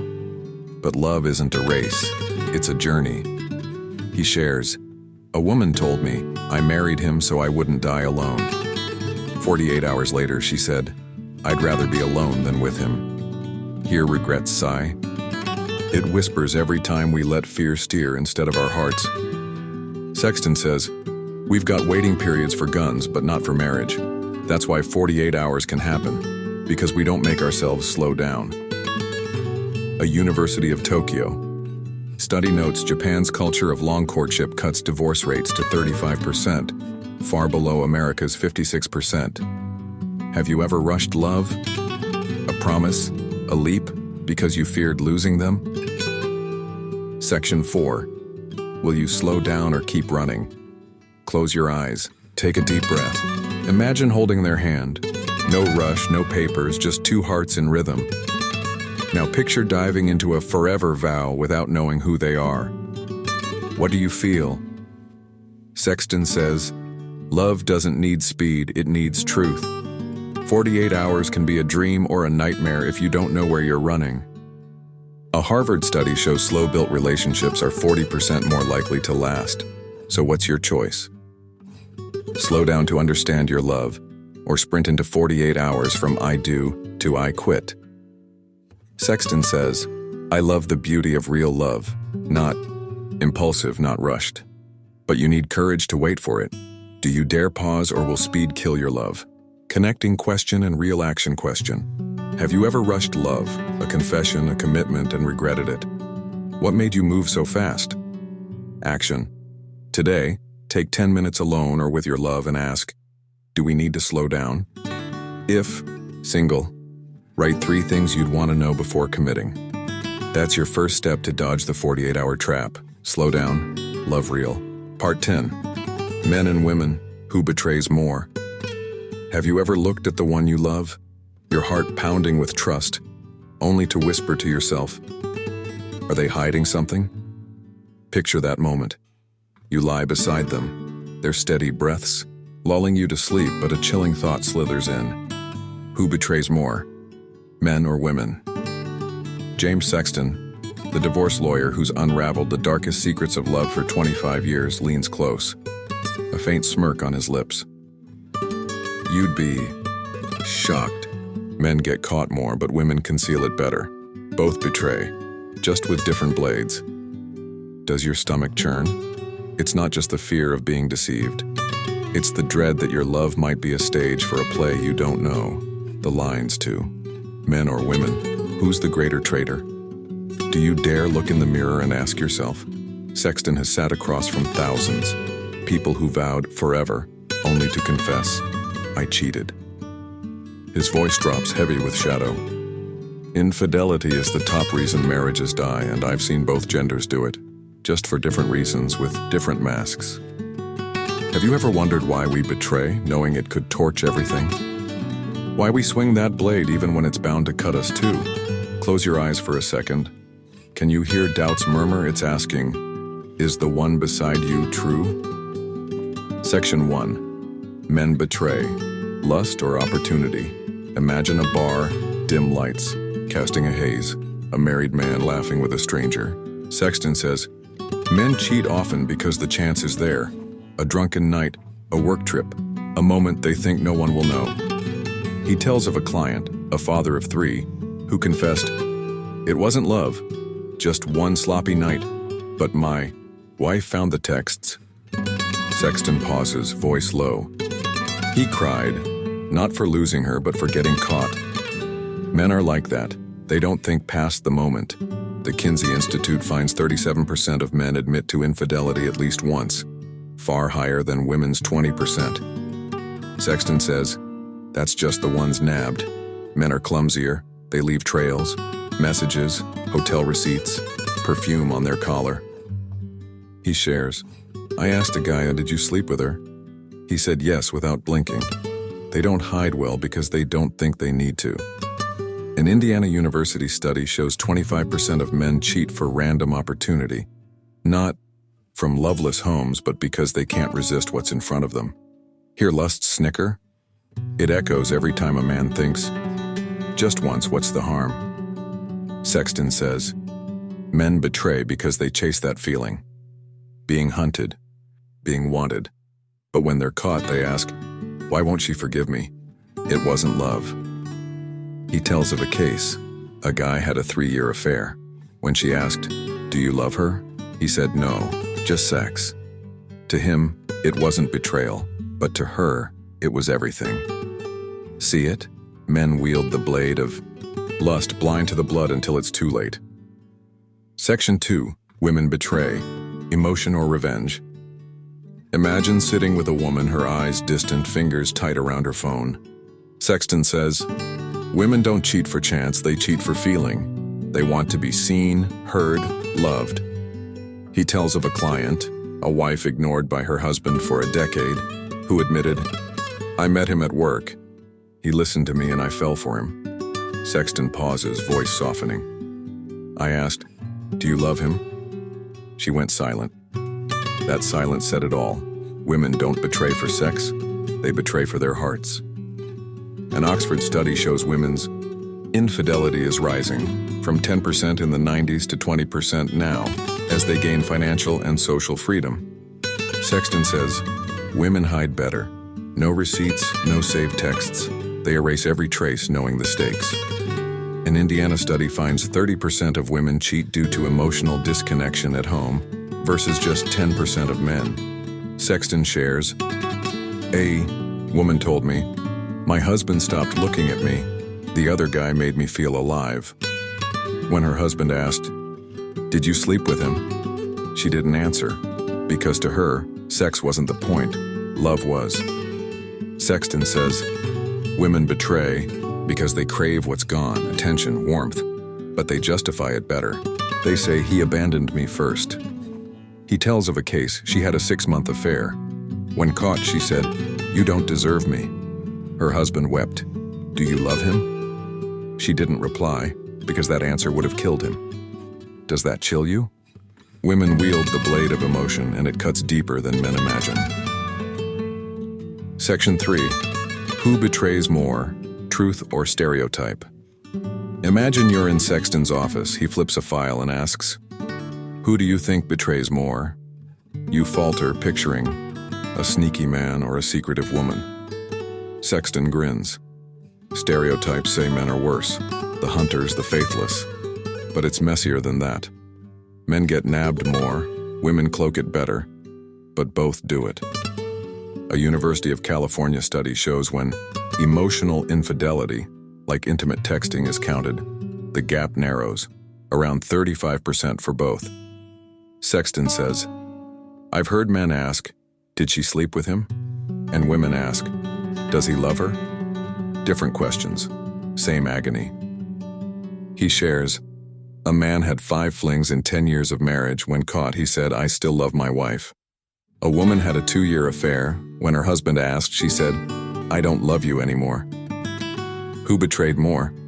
I don't know. I just know they both gutted the other's soul. A University of Toronto study finds modern women cheat more when unhappy in marriage, while men do it even when content. See it? The blade doesn't care about gender. It slashes whoever grabs it.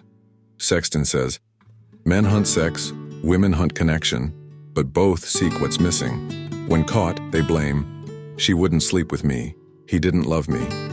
But the truth is they chose betrayal over fixing it. Have you ever blamed someone else for your temptations? Or dared to admit that blade's in your hand? Section 4. Will you forgive or walk away? Close your eyes. Take a deep breath. Imagine uncovering your love's betrayal. Texts, a name, a lie.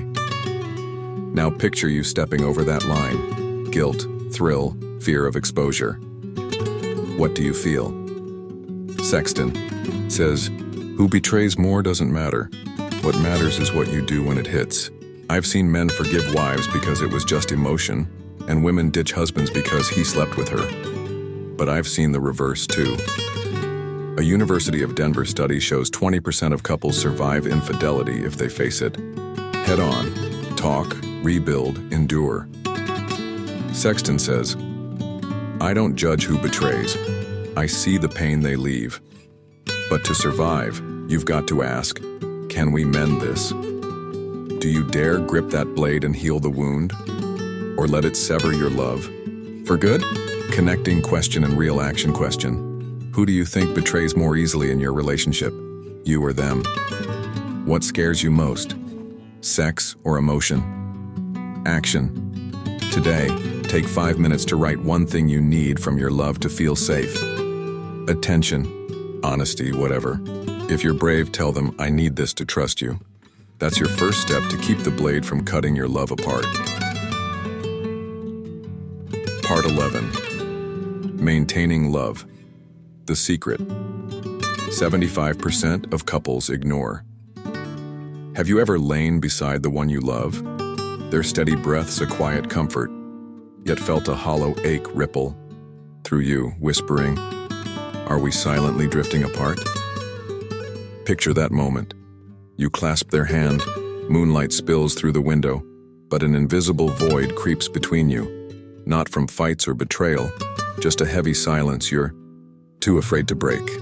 James Sexton, the divorce lawyer who's held shattered hearts for 25 years, speaks with a voice raw with longing. 75% of couples fail not because they don't love each other, but because they don't maintain their love. They let it wither, and when they see it, it's too late. Does your chest tighten? It's not just the fear of losing them, it's the dread that you're letting your love die without lifting a finger. Maintaining love, the simple secret most miss, could spare you from Sexton's office. Do you dare start today? Sexton has faced couples he calls victims of comfort. He says, they come to me when it's all in pieces, but I always ask, why didn't you fix it when it first cracked? They stare at me, eyes empty, and say, we didn't know we had to. Have you ever wondered why we let love, the most precious thing we have, slip through our grasp like dry sand?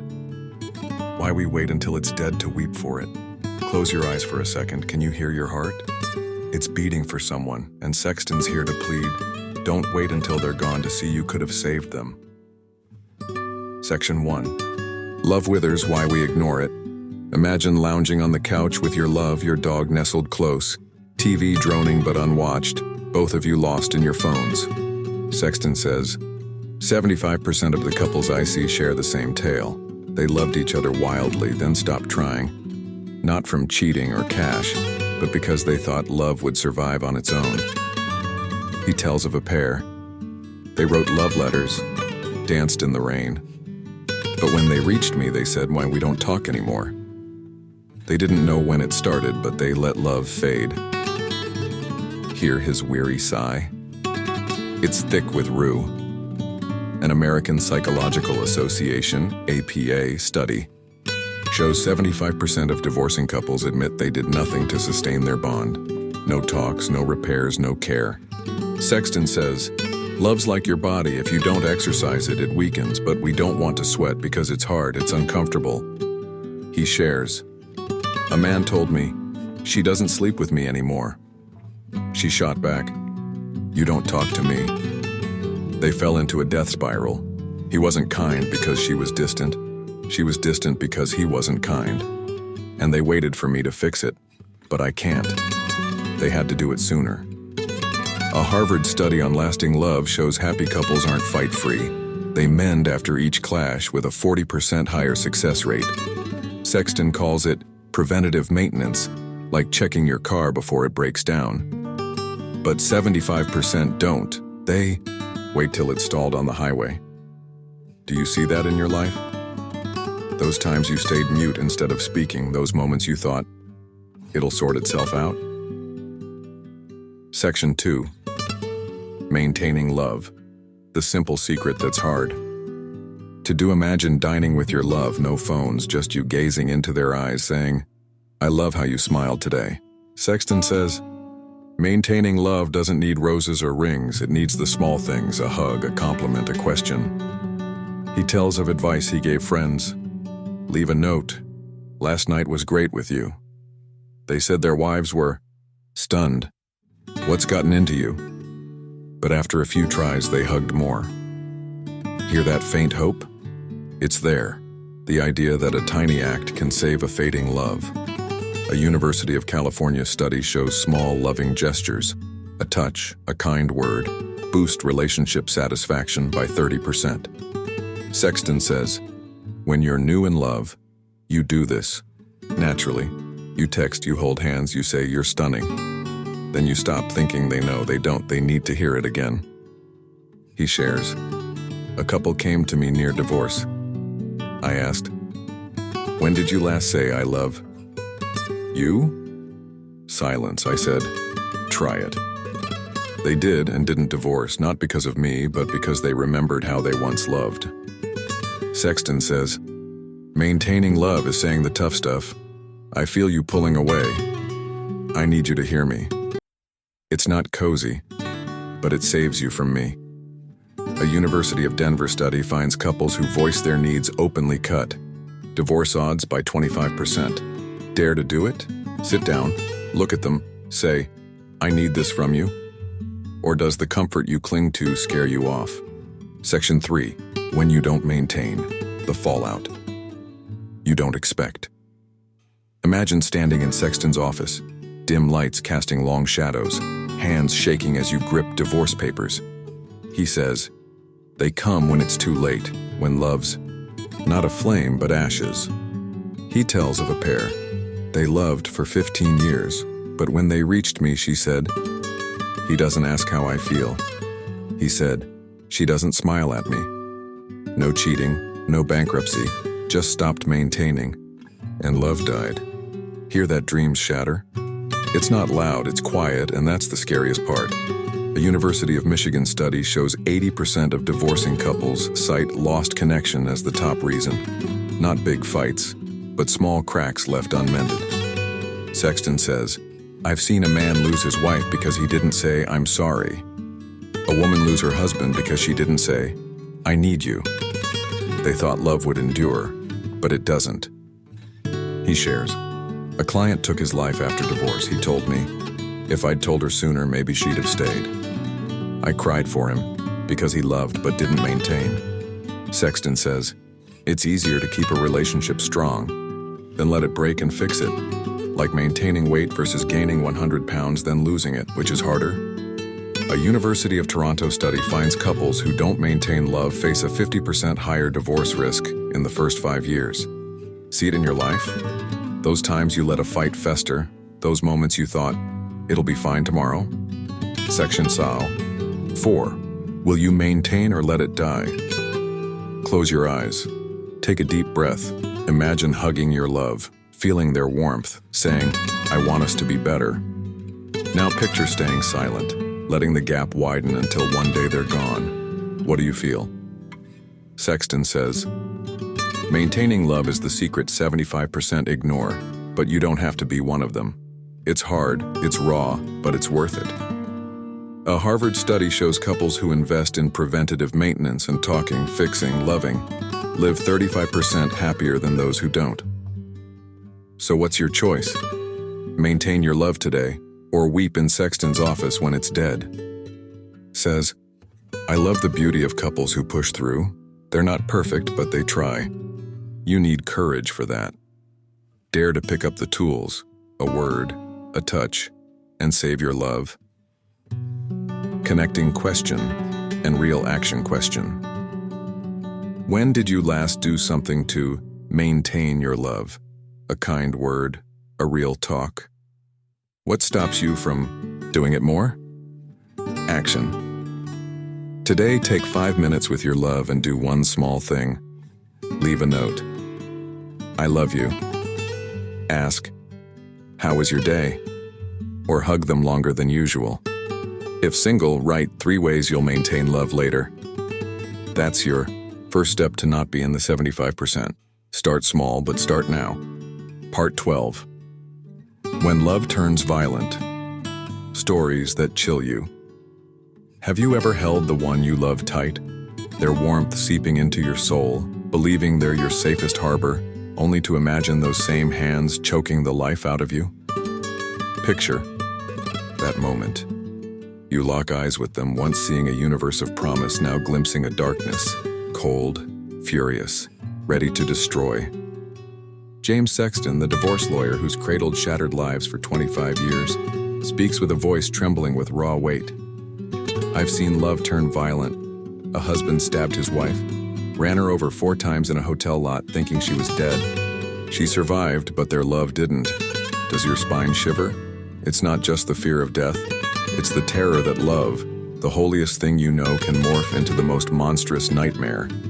When love becomes violence, it doesn't just break bodies, it tears souls apart. Do you dare peer into that abyss and ask, could this happen to me? Sexton says, I've only seen one case like that in my career, but one was enough to haunt me forever. Love isn't always light. Sometimes it's the deepest shadow. Have you ever wondered why those who swore to die for each other end up wielding knives? Why love, the best part of life, can spawn violence so horrific it freezes your blood? Close your eyes for a second. Can you hear your heart? It's beating in a world where love can turn into a nightmare. And Sexton's here to drag you through its chilling truth. Section 1. From Love to Violence, The Dark Descent. Imagine standing in your warm kitchen, your love smiling across the table, and you think, this is my home. But then Sexton steps in, voice low and haunting. I've seen that kitchen become a battlefield. A husband stabbed his wife, drove over her 4 times in a parking lot, then fled, sure she was gone. He pauses, eyes clouding. She was my client. I'd worked with her before. He'd hit her, but no one thought he'd go that far. She survived after 6 months of surgery, scarred for life. He's locked away forever. Hear the screams. In that tale, it's not just pain, it's the deepest betrayal. An Oxford University study on domestic violence shows 1 in 4 women and 1 in 6 men face it from a partner at least once. Sexton says, love turning violent isn't rare. I see it more than you'd believe. Not all stab, but I've witnessed punches, slaps, words that slay souls. He shares, a woman told me, he used to kiss me where he hit me. They started with love, ended in blood. A CDC study finds 55% of partner murders happen during or after breakups, when love curdles into hate. Sexton says, that husband didn't snap, it built up. He had a history, but it exploded when divorce turned ugly. I did my job well and he saw her as the enemy. Does that chill you? Love doesn't die instantly. It warps slowly, and when it shatters, it can kill everything. Section 2. The mind behind violence, when love becomes rage. Imagine arguing with your love, your voice rising, fists clenching, and for a fleeting second, you want to scream or smash something. Sexton says, love and violence are closer than you think. When you love deeply, you can hate deeply. It's 2 sides of one coin. He tells of that husband. He wasn't mad. He was lucid when he stabbed her. He told police, she took everything from me. In his mind, it wasn't murder, it was justice. A University of Cambridge study on criminal psychology shows violence in love often stems from losing control. Feeling threatened, rejected, betrayed can ignite an eruption. Sexton says, I've seen it in divorces. A man lost his job, home, kids. He blamed her, hit her. A woman whose husband cheated smashed his car to bits. A University of Michigan study finds 40% of domestic violence flares when one feels they've lost it all. Money, pride, love. Sexton shares, that husband was normal, no record, no signs of lunacy. But when divorce stripped his kids and half his wealth, she became his foe. He lured her to the lot, said he had stuff for the kids, then struck. Hear that blade sink in? It's not just sound. It's the crack of a once beautiful love. Sexton says, love turns violent when we can't let go. We'd rather destroy than lose. Section 3. The aftermath, scars that never fade. Imagine lying in a hospital bed, body battered, knowing the one who said, I love you, put you there. Sexton says, my client lived, but she's never the same. She limps, fears the dark, dreads loving again. He pauses, voice cracking. I've seen people end themselves after divorce, not from physical blows, but mental ones. They lost. Everything couldn't go on. He shares, I got an email. Your client's gone. I wept, knowing they once loved, once dreamed of a home. A University of California study shows domestic violence survivors face triple the depression risk and 5 times the suicide risk. Scars linger far beyond flesh. Sexton says, I've seen a man hang himself after losing his wife and kids, in divorce. He told me, I can't live if they hate me. I fought for him but couldn't save him. Feel that chokehold? Violence doesn't just mark skin, it carves into your spirit. Sexton says, love turning violent is the greatest tragedy I've seen. It doesn't just kill people, it kills hope. He tells of a woman beaten to broken bones by her husband. She said, I thought he was my world. She won her case, but never smiled again. A University of Toronto study shows 70% of domestic violence victims lose faith in love forever. Who in your life could do that to you? Or do you fear you could wield that blade? Section 4. Will you stop it or let it happen? Close your eyes. Take a deep breath. Imagine hugging your love, their warmth alive, asking, could we ever reach this point? Now picture yelling at them, fists tight, a moment where you want to hurt them. What do you feel? Sexton says, love turning violent isn't fate, it's a choice. I've seen couples halt it before it's too late. They speak truth, seek, help let go instead of destroy. A University of Denver study shows 30% of couples overcome violent conflict with therapy and early talk. Sexton says, I love the beauty of those who rise above. They don't let love become a knife, but you need courage to stop it. Dare to look at the darkness in you and them, saying, we won't let it go further. Connecting. Question and real action. Question. Have you ever felt anger so fierce you wanted to hurt your love, even just in thought? What held you back or didn't? Action. Today, take 5 minutes with your love or alone and ask, if we fight, what can we do to not hurt each other? If you spot violence's shadow in your bond, call a hotline or seek help. That's your first step to keep love from turning brutal. See it, act now. Part 13. Same-sex marriage. Do they do it better than us? Have you ever watched 2 people clasp hands, regardless of who they are, and felt a warm surge flood your chest only to wonder, do they love stronger than I ever could? Picture that moment. 2 souls stand at the altar, eyes shimmering with tears, vows ringing out amid applause, and you realize they're the same gender, but their love shines brighter, fiercer, truer than anything you've witnessed. James. Sexton, the divorce lawyer who's untangled love's knots for 25 years, leans in with a voice thick with quiet awe. I've worked with same-sex couples, and I'll tell you, they often have a freedom straight couples lack. Do they do it? Better than us? Maybe they do. Does your heart ache? It's not just envy. It's the yearning for a love unshackled by molds. Same-sex marriage, a mirror or a challenge? Do you dare learn from them to love deeper? Sexton says, when same-sex marriage went legal in the US in 2015, I braced for a flood of divorces. But they show up in my office less than I expected. They seem to know how to love without a playbook. Have you ever pondered why a love once forbidden might endure better than what's deemed normal? Why they grip each other tighter when the world tried to tear them apart? Close your eyes for a second. Can you hear your heart? It's beating in a world where love knows no gender, and Sexton's here to unveil a truth that stirs your soul. Section 1. Freedom in Love. What same-sex couples have imagined a same-sex wedding. Lights twinkling, 2 people holding hands. No one fussing over roles, no husband, no wife, just 2 hearts choosing each other. Sexton says, same-sex couples come to me with a clarity I rarely see in straight pairs. They're unbound by templates. Who earns, who stays home, who's stronger. They're free to define their love. He tells of a gay couple. When they divorced, they sat down, split assets like friends. No bitterness, no blame. They said, we loved, but we didn't fit.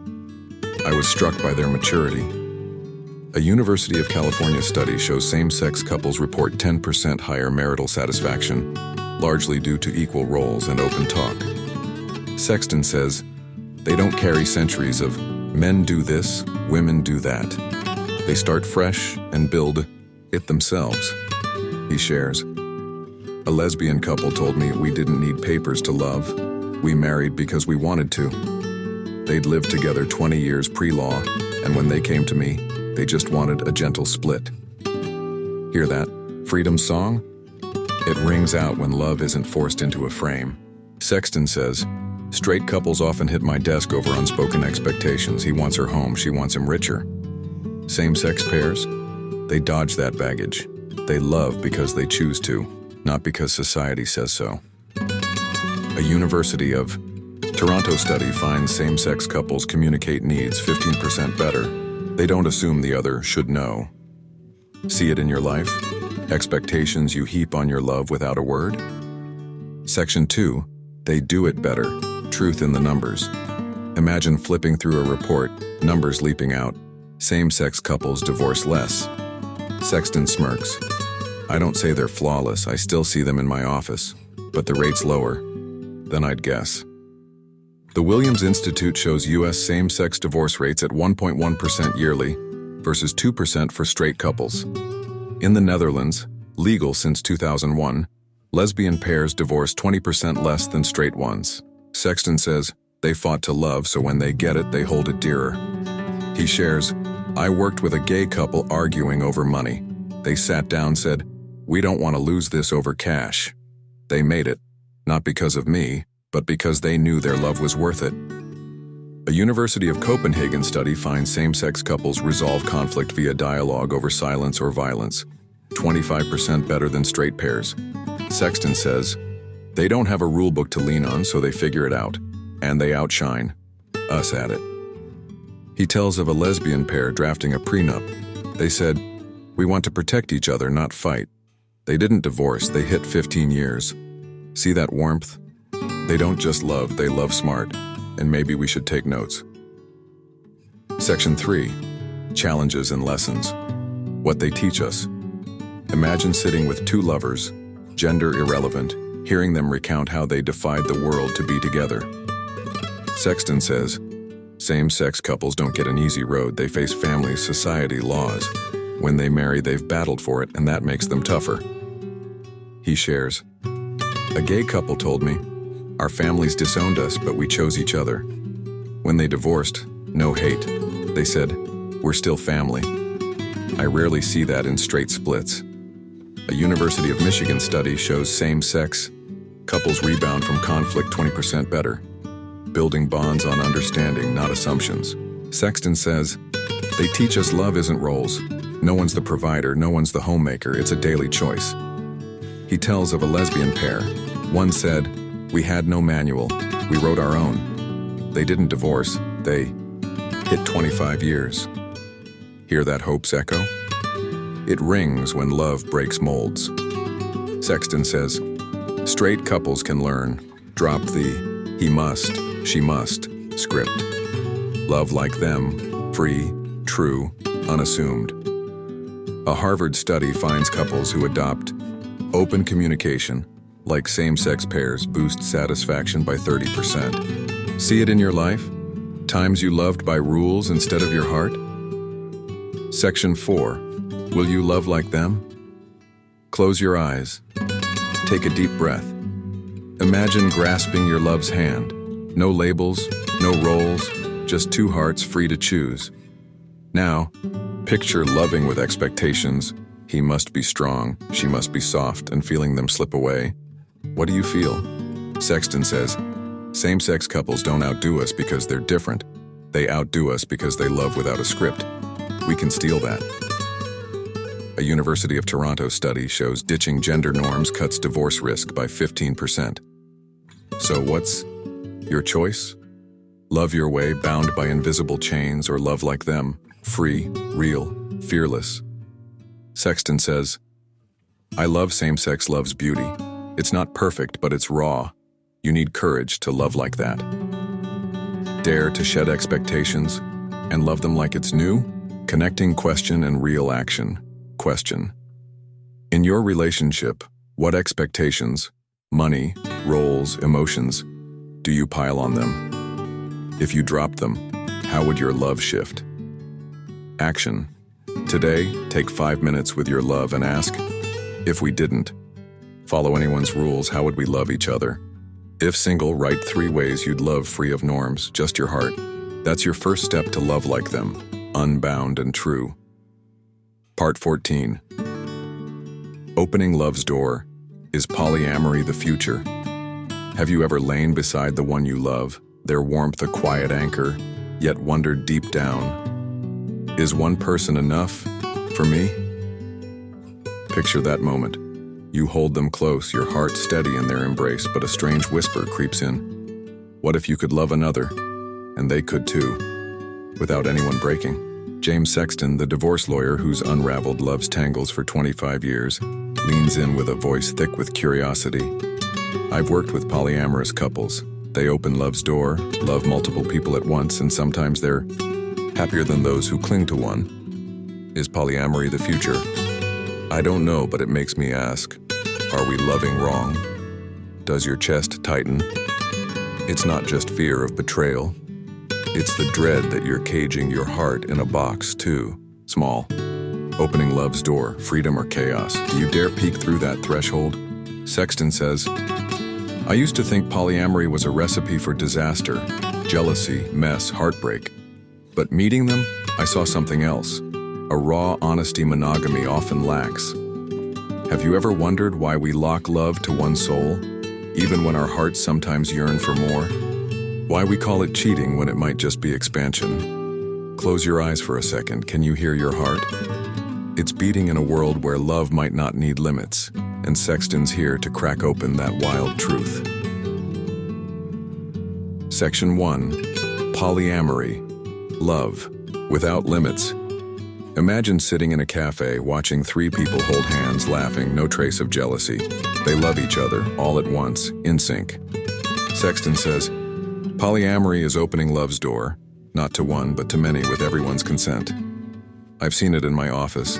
They come not to divorce, but to draft contracts for their tangled bonds. He tells of a trio. They lived together, shared assets, raised kids as a unit. They said, we don't want to lose anyone. I was stunned by their clarity. The Kinsey Institute estimates 4 to 5% of Americans practice consensual polyamory, and that number's climbing. Sexton says, it's not cheating. That's the big difference. Cheating's lies, polyamory's truth. They say, I love you, and I love her too, and we're all fine with it.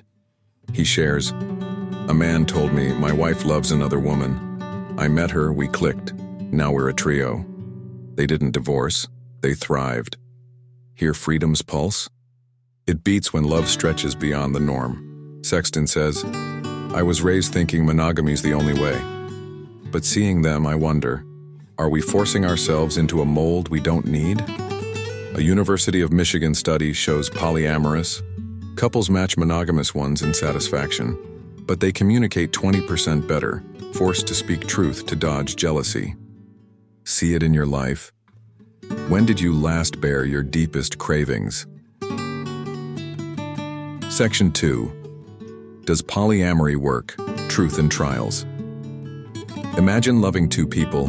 One brings warmth, the other fire, and they know each other, accept each other. Sexton says, I've seen polyamory succeed. They're happy because they don't hide. But I've seen it crash hard when one says yes with their lips but not their heart. He tells of a couple who opened their bond. He fell for another, she agreed, but when she came to me, she sobbed. I thought I could handle it, but I can't. They divorced, not from polyamory, but from her silence. A University of California study shows polyamory lasts with total consent and constant talk, but 60% fail when one feels left behind or jealous. Sexton says, it's not for everyone. It takes guts to say, I love someone else and I want you to know. I've seen a woman love two men. They lived together 10 years, but when one wanted her alone, it all fell apart. Feel that? Shiver? Polyamory's a dance, stunning when in step, chaos when someone stumbles. He shares, a trio came to me for a prenup for 3. They wanted to guard their shared life. They said, we don't know tomorrow, but we'll try. They didn't divorce, they're still together. A University of Toronto study finds polyamorous bonds are 10% likelier to break than monogamous ones. But successes report 15% higher emotional fulfillment. Dare to try, or fear opening that door will let your love slip away. Section 3. Loves. Future, polyamory or monogamy. Imagine a world where love doesn't choose one. You love who you want, and they do too, without pain. Sexton says, I wonder if monogamy's outdated. We live longer, love more, yet cram ourselves into a centuries-old box. He tells of a polyamorous client. They said, I can't pick between the two I love, I won't. They didn't come to divorce. They came to shield their love from the law. An Oxford study shows younger generations, Gen Z and millennials, are 20% more open to polyamory than their elders 5%. Sexton says, polyamory might be the future, not because it's easy, but because it's real. It demands consent, honesty, and handling jealousy no one teaches us. He shares, a monogamous couple divorced over cheating. I asked, if he'd been up front, would you try polyamory? She said, maybe. They lost each other for not opening the door. A University of Copenhagen study notes Western societies are shifting. Polyamory's up 8% in a decade. See it? Love's evolving. Maybe we should too. Sexton says, polyamory teaches us love isn't possession, it's sharing. I don't say you must love many. Just don't fear looking beyond one. Have you thought that? That your love doesn't need to be yours alone to be beautiful? Section 4. Will you open the door or keep it shut? Close your eyes. Take a deep breath. Imagine loving one, but your heart stirs for another, and you tell the truth. They embrace it. Now picture hiding it, and they leave when they find out. What do you feel? Sexton says, polyamory isn't everyone's future, but it's an option. It asks, how do you want to love? I love its raw truth. No lies, no betrayal. A Harvard study shows those open to flexible love models report 10% higher happiness, so what's your choice?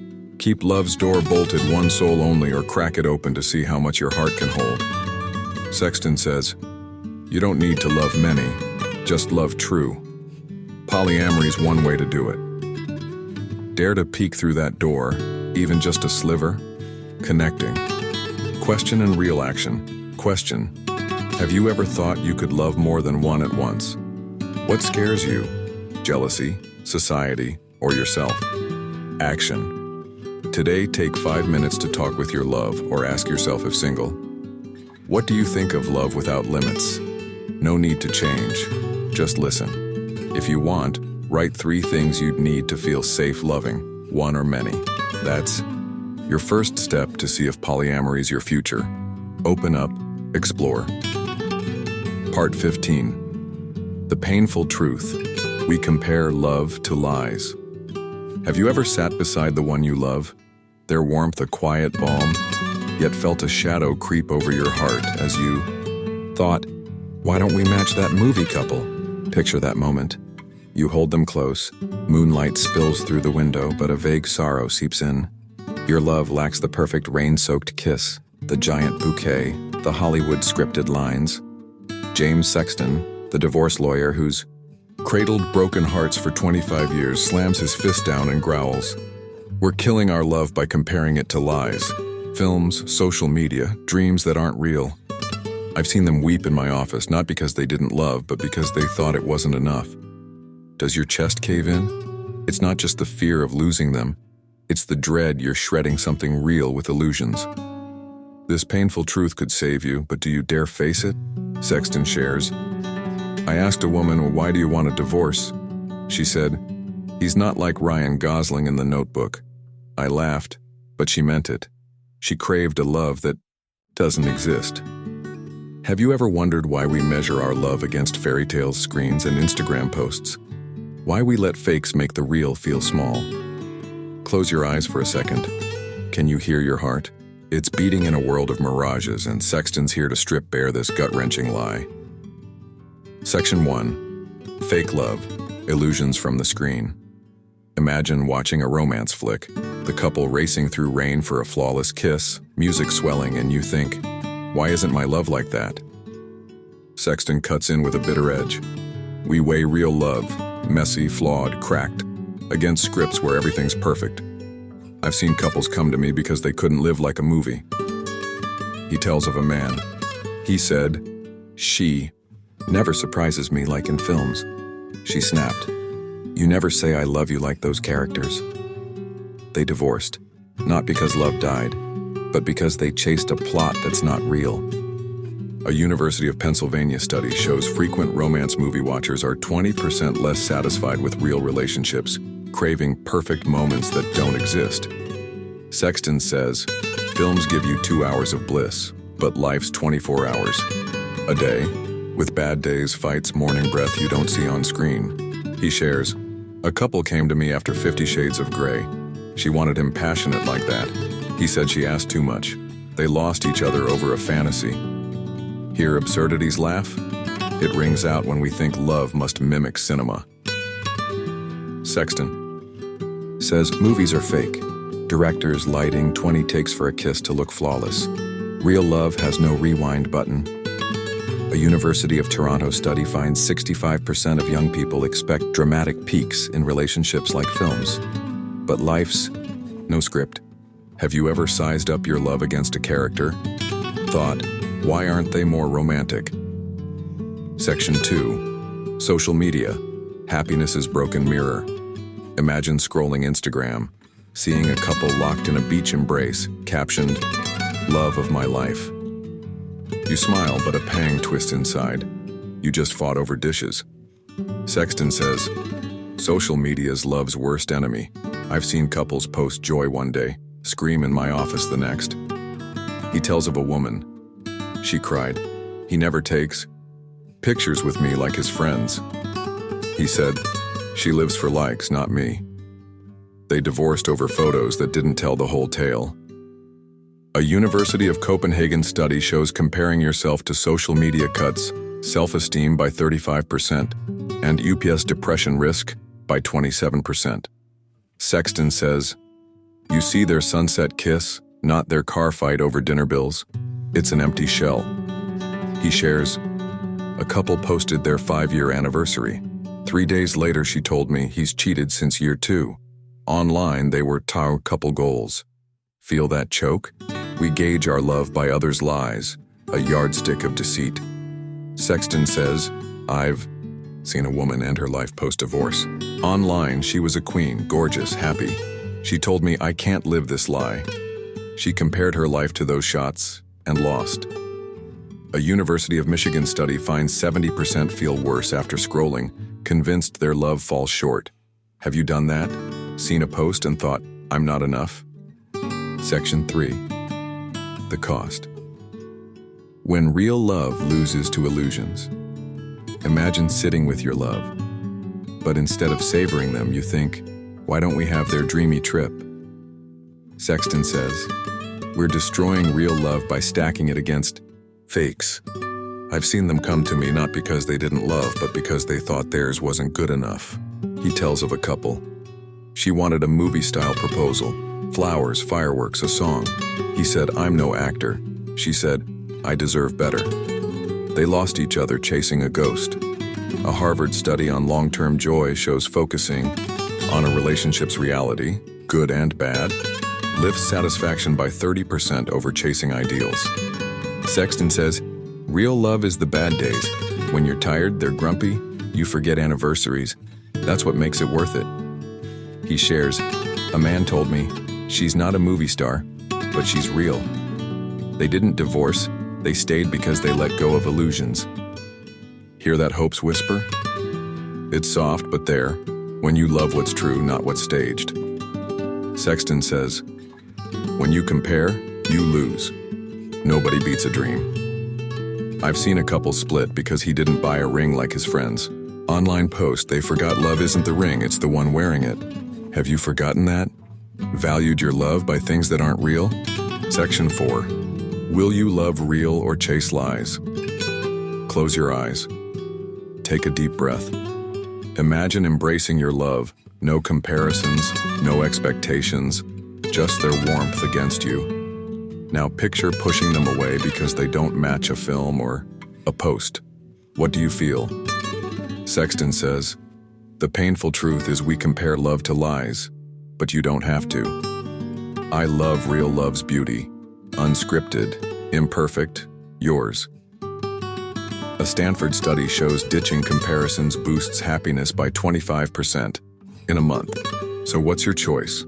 Love the real one before you, flaws and all, or hunt a mirage that'll never be. Sexton says, you don't need a rain kiss to love, you need them, but you need guts to see that. Dare to drop the fake yardstick and love true? Connecting. Question and real action. Question. Have you ever compared your love to movies, posts, or dreams?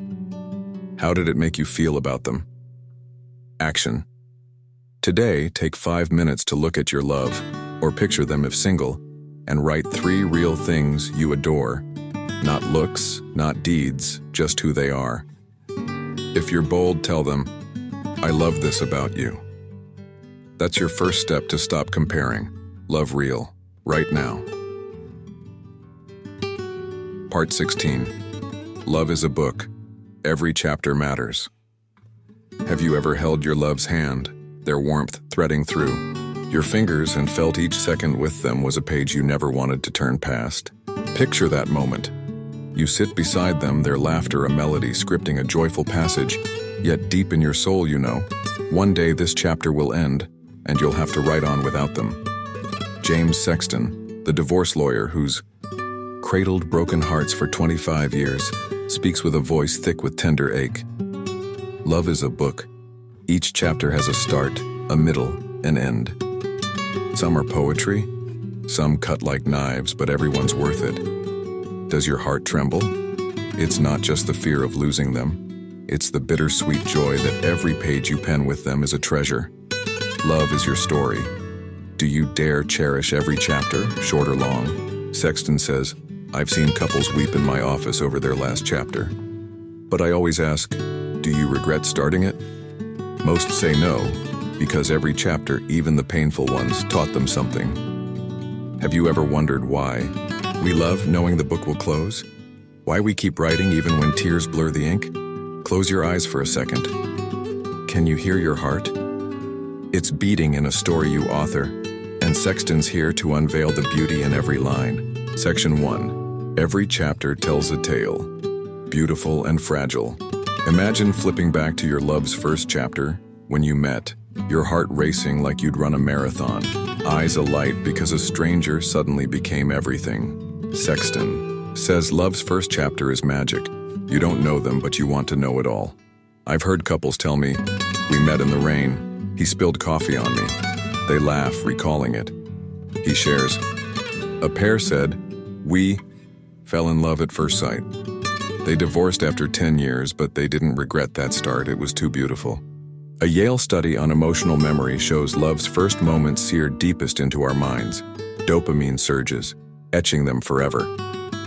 Sexton says, then come the middle chapters, the everyday grind, the fights, the times you forget why you began. They reach me here saying we're not the same, but those chapters matter too, they're real. He tells of a woman. She said, we fought over dishes, but then he hugged me and I knew I loved him. They didn't divorce. They kept writing. Sexton says, the final chapter's what I see most when they split or one's gone. Forever. Even that's beautiful because it's part of their story. A University of California study finds those who view past relationships as chapters recover 25% better than those who see them as failures. See it? Love's a book. Every chapter holds value, whether it lifts you or tears you apart. Section 2. Pain is a chapter. 2. Beauty in tears. Imagine sitting alone, flipping to a tear-stained page. The day they left, the day you cried until you were empty, the day you thought the book was done. Sexton speaks of Kaba, his 13-year-old dog, voice breaking. My chapter with Kaba's closing soon. I know losing him will shatter me, but I wouldn't trade a second of what we've written. He pauses. Love with people is the same. When they go, it hurts, but you don't erase that chapter. It's worth it because it was real. A Harvard study shows losing love triggers brain regions tied to physical pain, but also healing, making us stronger. Sexton says, I've seen a man sob before me. She left me after 20 years. But when I asked, do you regret it? He said, no, I was happy once. That painful chapter was his. He shares, a woman lost her husband to cancer. She said, I cry daily, but I'd never swap our 15 years. That's beauty in tears. Buddhist monk Thich Nhat Hanh wrote, pain proves you loved deeply. Sexton says, I agree. If you don't hurt when they're gone, you didn't love true. I wept when my mom died, when Buster, my dog before Kaba, left. But I wouldn't erase those chapters. Feel that ache? A chapter so painful you cling to it, because it once was everything. Section 3. Writing on, even after chapters close. Imagine holding a pen, a blank page before you, asking, can I love again? Sexton says, I've seen them come to me thinking the book's over, divorce, loss, agony. But then they pen a new chapter because love never truly ends. He tells of a man widowed by illness. He said, I won't love again. 2. Years later, he smiled in my office. I met someone, I don't forget her, but I'm writing on. A University of Toronto study shows 86% of divorcees remarry within 5 years. They close one chapter, not the book. Sexton says, after Buster died, I swore off dogs. But Kaba came, wormy, peeing everywhere, and I loved him instantly. I know this chapter will hurt, but I write it. He shares. A couple divorced after 15 years. 3 years later, they reunited, loved again. They said, the middle was rough, but we didn't toss the book. Hear hope's rustle? It sounds when you dare turn the page even with tear-streaked hands. Sexton says, love's not a perfect book, it's a rough draft, scribbled, crumpled, but it's yours. An Oxford study finds viewing love as a journey, not a finish. Line lifts happiness by 20%. Dare to keep writing even when the last chapter stung. Section 4. Will you treasure your book? Close your eyes. Take a deep breath. Imagine holding your love's book. First chapter's ablaze, middle's messy, ends soaked in tears. Now picture tearing it up because it's not flawless. What do you feel? Sexton says, love's a book. Every chapter matters, beautiful or brutal. I love Kaba, though he'll leave me. I loved my mom, though she's gone. You must cherish every page. A Harvard study shows embracing your love's past boosts fulfillment by 30%. So what's your choice? Treasure your book, ink smudges and all, or pine for a flawless novel? Sexton says, you don't need perfect chapters, just real ones. But you need courage to keep it. Dare to flip back and love every word? Connecting question and real action question. Which chapter in your love book, with a partner, family, pet, hurts and blesses you most? Why does it matter to you? Action. Today, take 5 minutes to write a chapter you cherish. A memory, a moment, happy or sad. If you're bold, share it with them, or hold it close and say, thanks for this chapter. That's your first step to treasure your book. Every page is yours. Part 17. The first time you felt real love. When was it? Have you ever paused amid life's rush, your heart slowing as if it's holding its breath, and asked yourself, when did I first truly feel love? Picture that moment, a glance that stole your air, an embrace that melted your bones, or a quiet second when you realized someone meant more than you ever knew. James Sexton, The divorce lawyer, who's cradled broken souls for 25 years, ends an interview with a question that chills you to your core. When was the first time you felt real love? His voice softens, heavy with weight. Not your first kiss or date, I mean the moment you knew love was true, whether it lasted or faded. Does your chest flutter? It's not just nostalgia, it's the ache to reclaim that instant when love wasn't just a feeling, but a deep, unshakable truth. Do you dare turn back the pages to find it? Sexton says, when I ask that, people freeze, not because they don't know, but because they're scared to remember. But I want you to, because that moment shapes you. Have you ever wondered when your heart first cracked open wide? Not when you said I love you, but when you felt it in your marrow? Close your eyes for a second. Can you hear your heart? It's beating in a world of memories, and Sexton's here to guide you back to love's first real chapter. Section 1. The first moment. When love becomes real. Imagine standing beneath a starlit sky, their eyes meeting yours, and for once, words fail. They get you, and you get them. Sexton says, the first time you feel real love isn't when you want them, it's when you need them or they need you and you'd do anything for it. He tells of a man. He said, it was when she cried on my shoulder after a bad day. I didn't speak, just held her, and I knew I loved her. They divorced after 15 years, but he never forgot that instant. A Yale study on emotional memory shows those first real love moments imprint hardest. Dopamine and oxytocin flood your brain, branding them into your soul. Sexton says, it's not the first kiss or hand-holding, it's when they become part of you. For me, it was my mom hugging me at 5 saying, it'll be okay. I didn't know it was real love till she was gone. He pauses, voice thick. I found an old tape of her voice and I wept because that was my first taste of it. Sexton asks, what about you? Was it holding your child for the first time? Your love gripping your hand through pain? Or your dog staring at you like you're their world? A University of California study finds 80% tie their first real love to sacrifice or wordless bonds, not movie romance. Do you recall that moment? When love wasn't just a spark, but a truth you couldn't deny. Section 2. Real love.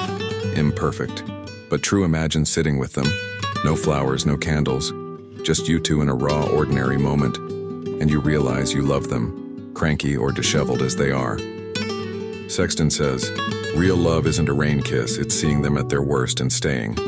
He tells of a woman. She said, it was when he sat with me all night in the hospital, sleepless, silent. I knew it was real.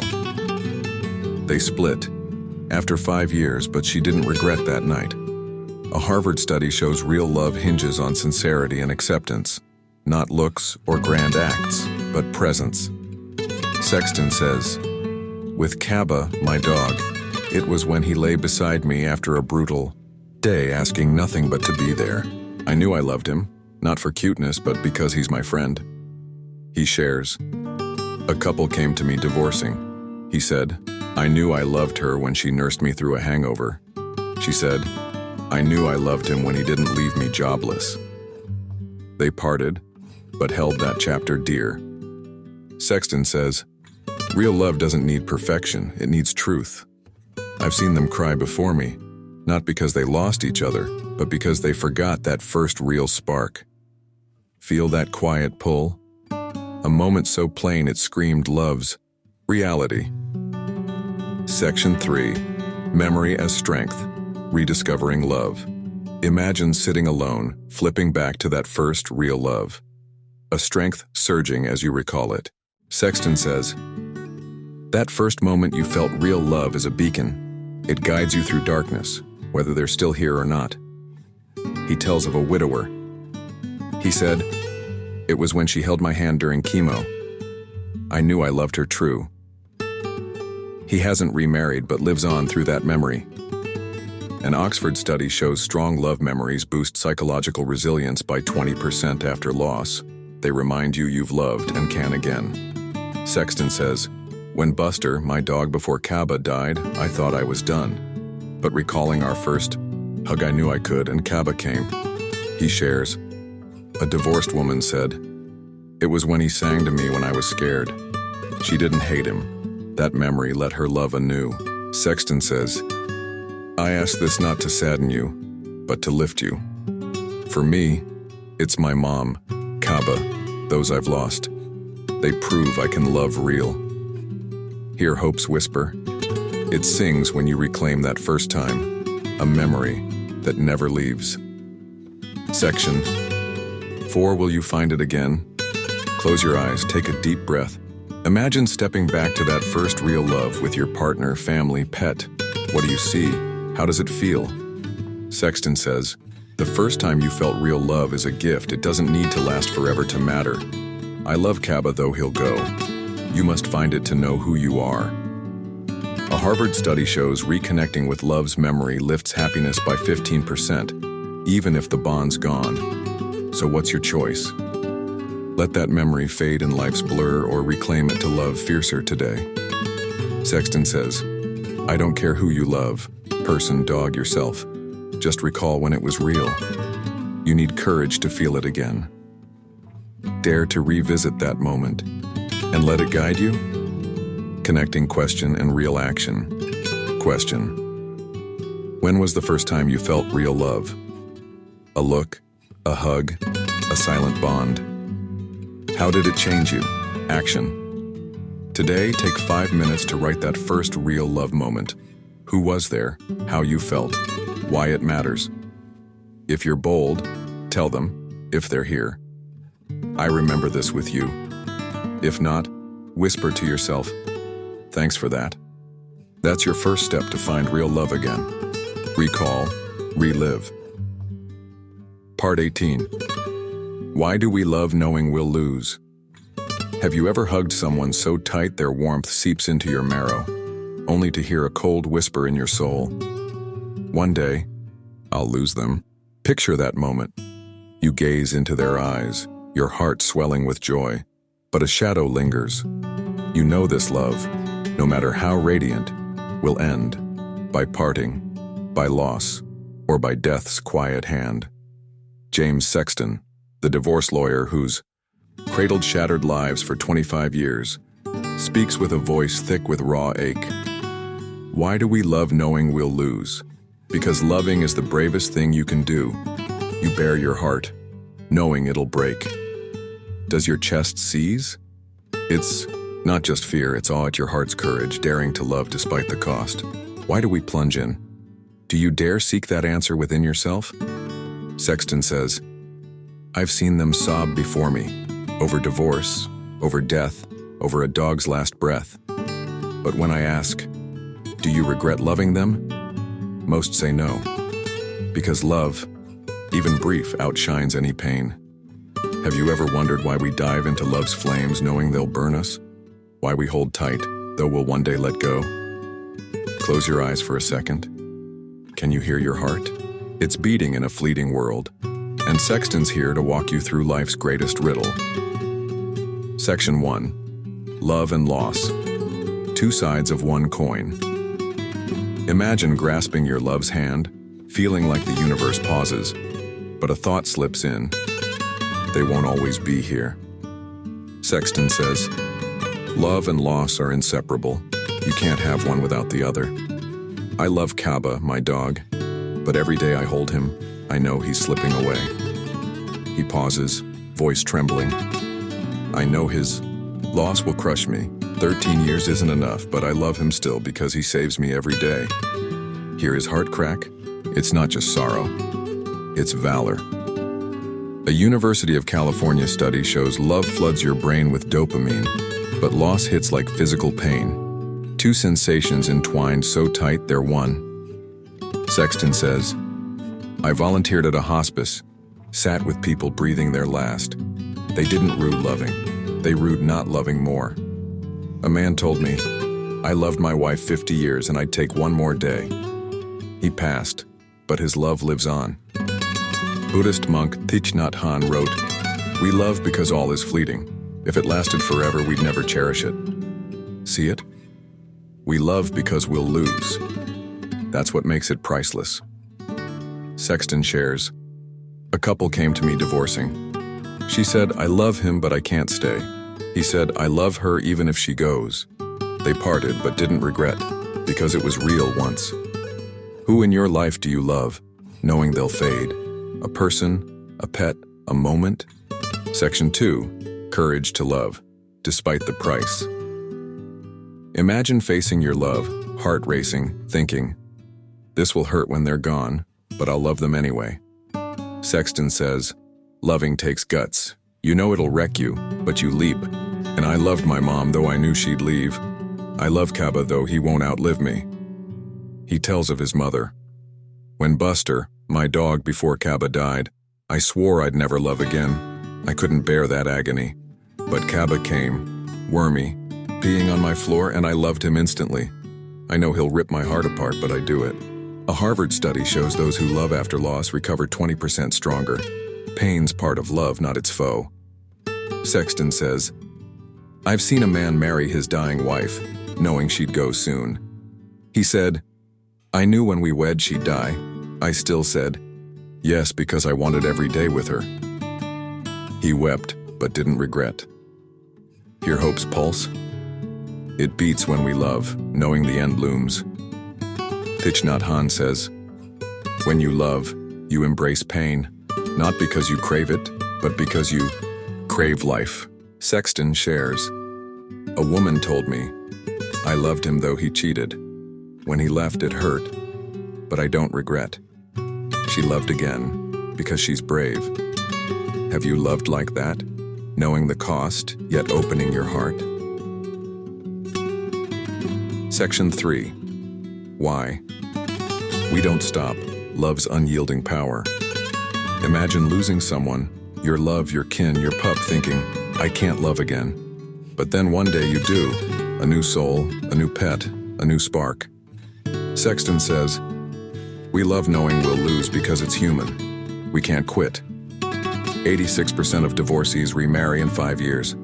I cried when Buster died, but I love Kaba. That's our strength. He tells of a man who ended himself post-divorce.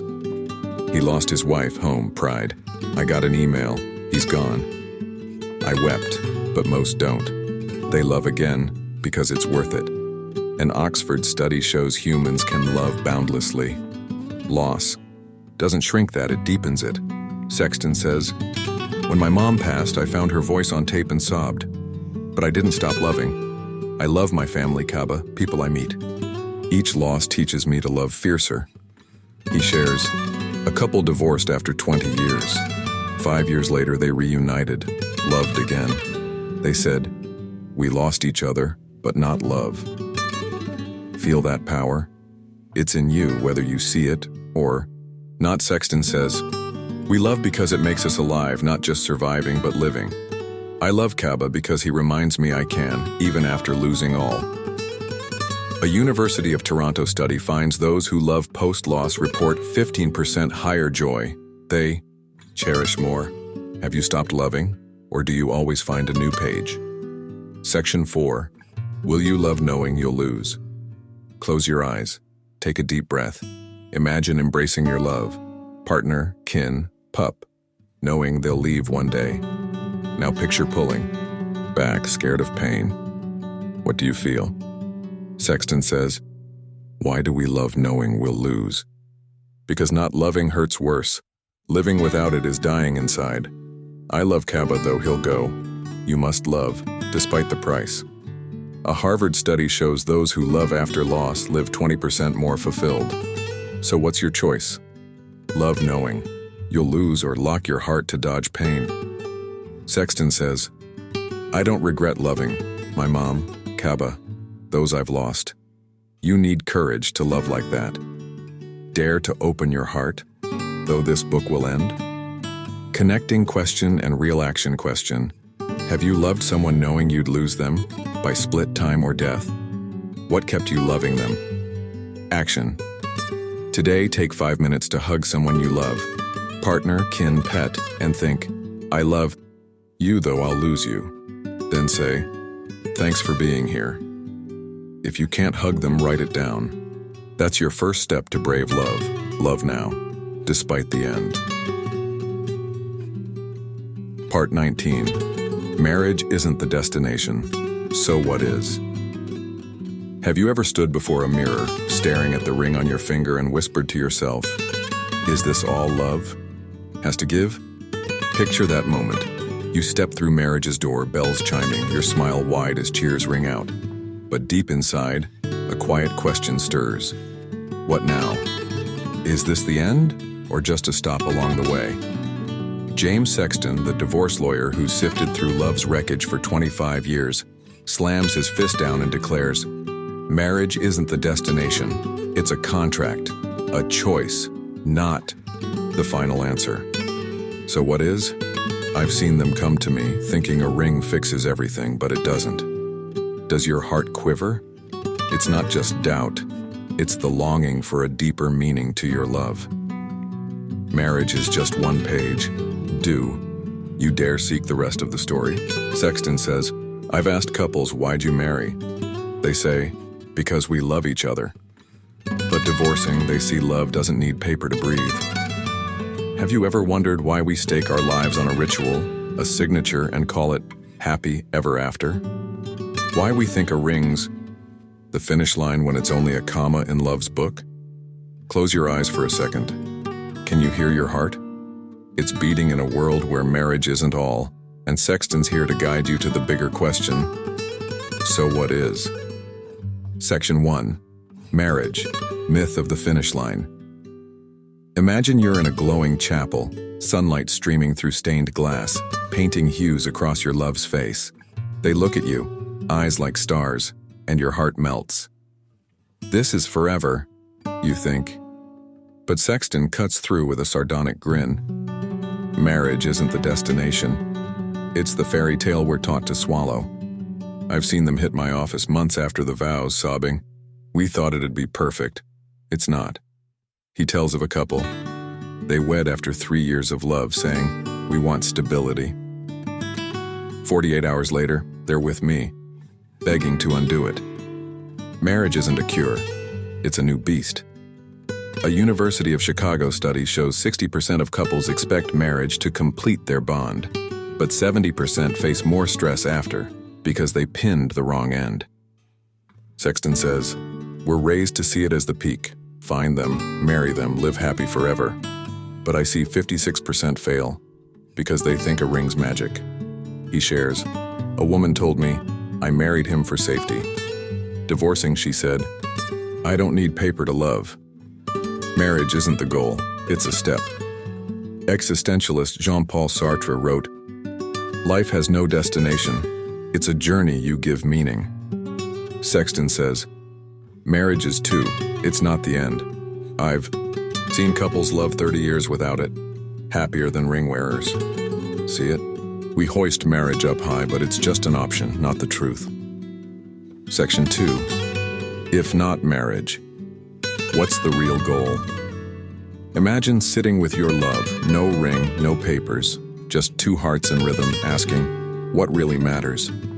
Sexton says if marriage isn't the destination, it's what you want. Connection, growth, or just being true to you. He tells of a divorcing pair. They said, "We don't regret it. We learned to love real." They split but found meaning in their decade, not in the license. A Harvard study on lasting joy shows deep bonds, not legal ties, lift satisfaction by 35%, married or not. Sexton says, "I've seen unmarried pairs love fiercer than any wedded couple. They don't need a finish line. They live each day." He shares, "A man told me, I've loved her 20 years, no marriage, but I don't need a ring to know she's mine. They never saw me. They're still together." Albert Camus, another existentialist, said, "Meaning isn't found, it's made." Sexton says, "Marriage doesn't make your meaning, you do." I've seen divorcees happier than ever, finding freedom, truth, or new love. What's your true end? Them or you on this path? Section 3. Breaking the myth. Redefining love. Imagine letting go of marriage as everything, loving them because they're them, not for a vow or a right. Sexton says, I once thought marriage was it, but after 25 years, I know it's not. I've seen same-sex pairs, polyamorous ones, unmarried ones. They love without a finish line, and they've taught me that. He tells of a lesbian couple. Together 30 years, no marriage. When the law allowed it, they wed, but said we didn't need it to love. They didn't divorce. They're still happy. A University of Toronto study shows those who don't see marriage as the end report 20% higher personal joy. They focus on the journey, not the goal. Sexton says, marriage is a tool, not the gospel. I've seen them think divorce is failure. It's not. It's a chapter closing to start anew. He shares, a woman divorced after 15 years said, I thought marriage was all. Now I know I'm all. I love again. No ring. Hear freedom's chime? It rings when you ditch the myth. Sexton says, we must redefine love, not a prize. You win, but a road you walk. I love Kaba not because he'll stay forever. I love him because he's my friend now. Dare to love like that? Not for an end, but for this moment. Section 4. What's your destination? Close your eyes. Take a deep breath. Imagine holding your love's hand. No ring, no vows, just them making you alive. Now picture chasing marriage as the goal, feeling hollow when you reach it. What do you feel? Sexton says, marriage isn't the destination. You find your own. For me, it's loving true, whether Kaba or someone else. For you, what is it? A Stanford study shows self-defining love's meaning lifts happiness by 5% over chasing norms. So what's your choice? Make marriage the end, or seek a grander truth in your love. Sexton says, I love the beauty of those who live real. They don't need papers to love. You need courage to find your end. Dare to shed the myth and write your own answer. Connecting question and real action question. Did you ever think marriage was love's end? If not that, what's your true destination? Connection, freedom, something else, action. Today, take 5 minutes with your love or alone if single and ask, what really matters in our love? Write 3 things you want from love, not from marriage, but your heart. That's your first step to your real end, not a myth, but your truth. Part 20, how much is your love worth? Act today. Have you ever gazed at the one you love, your partner, your family, the little dog at your side, and asked yourself, how much is this worth, and what am I doing to hold it? Picture that moment. You're there with them, your heart thumping because they're yours, but a cold fear claws inside. What if you're letting them slip away, not cherishing them enough until they're gone? James Sexton, the divorce lawyer who sifted through love's ruins for 25 years, stands before you, voice heavy with urgency. How much is your love worth? Not in dollars, not in rings, but in what you'll do right now to protect it. I've seen them weep in my office, regretting they didn't act sooner. Does your chest seize? It's not just sadness, it's your heart screaming to stand up and fight for them. Your love is priceless, but do you dare prove it today? Sexton says, I've asked a man, what would you do to keep her? He went silent, and they divorced. I'm asking you, how much is your love worth? Don't answer me with words, answer with action now. Have you ever wondered why we delay loving, why we wait till it's too late to see their value? Close your eyes for a second. Can you hear your heart? It's beating for someone, and Sexton's here to shout in your face, don't wait. Act today because your love deserves it. Section 1. Love's worth. Not money, but time. Imagine embracing your love, their heat seeping into you, realizing every second with them is a jewel. But how many have you let fall? Sexton says, your love isn't worth your bank balance, it's worth the time you give it, the attention you pour in. I've seen them come to me saying, I wish I'd been with her instead of work. But by then, it's gone. He tells of a rich man. He sobbed, I bought her everything, but I didn't hold her enough. They divorced, not over cash, but because he didn't see her love's price. A Harvard study on lifelong joy shows quality time with loved ones lifts life satisfaction by 35%, more than any treasure. Sexton says, I love Kaba, my dog, not because I buy him toys, but because I hug him daily, even 5 minutes. When he's gone, I won't miss money. I'll miss the moments I didn't take. He shares, a couple came to me splitting. She said, he worked 80 hours a week for a house. He said, I thought she wanted it. They lost each other over square feet, not love. Sexton says, ask, how much is my love worth? If you're not giving it time today, you're pricing it at nothing. See it? Your love isn't in the vault. It's in every minute you live true with them. Section 2. Action. Love won't wait. Imagine sitting with your love, phone in hand, thinking, I'll tell them I love them tomorrow. But Sexton slams the table. Don't wait for tomorrow. I've seen them come to me regretting unsaid words, unheld hugs. How much is your love worth? Act today to prove it. He tells of a woman. She meant to say I love you, but waited. He left her first. They divorced because she didn't move when she could have. A University of California study shows small acts, a kind word, a touch, boost bond strength by 30%, but 70% delay thinking there's time. Sexton says, I told friends, leave a note. Last night was great with you. Their wives were shocked. What's this? But soon they held each other more. 10 seconds, a note, but it's worth a lifetime. He shares, a man widowed by cancer said, I wish I'd said I love you daily. He ran out of tomorrows, you haven't. Sexton says, action doesn't need to be grand, it needs to be real. I hug Kaba every morning, busy or not. When he goes, I'll know I did that. A University of Toronto study finds couples who act to show love cut divorce odds by 25%. Dare to act today? Or wait till regret's your only guest? Section 3. Protect your love. Don't let it die. Quietly. Imagine arguing with your love, voice is sharp, but instead of silence you say, I don't want to lose you. Can we fix this?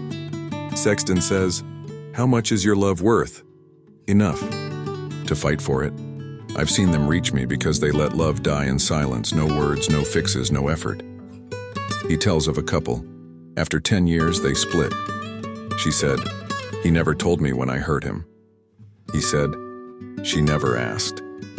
They lost each other over quiet.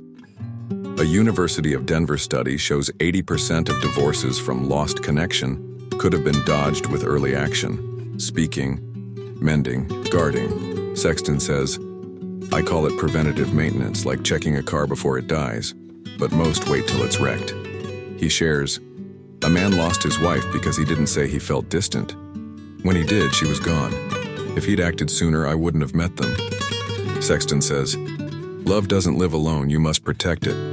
I loved my mom, but wish I'd told her more. You've got a shot, don't let it fade. See? Your love's worth what you do to keep it, not what you say when it's too late. Section 4. Act today. Your love deserves it. Close your eyes. Take a deep breath. Imagine facing your love, staring into their eyes, saying, my love for you is worth everything, and I'll prove it now. Now picture turning away, leaving, it to tomorrow, waking to find them gone. What do you feel? Sexton says, how much is your love worth? Don't tell me, show them today. I love Kaba, and I hold him daily so he knows. You've got to do that with yours. A Harvard study shows acting to cherish love, words, gestures, time, lifts lifelong happiness by 40%. Sexton says, I've seen a man end himself post-divorce. He didn't act when he could. But you're not him. You've got today. I love those who dare love real. They don't wait. They move. He shares, a couple near divorce came to me. I said, try a week. Say I love you daily. They did, and didn't come back. They saved it. So what's your choice?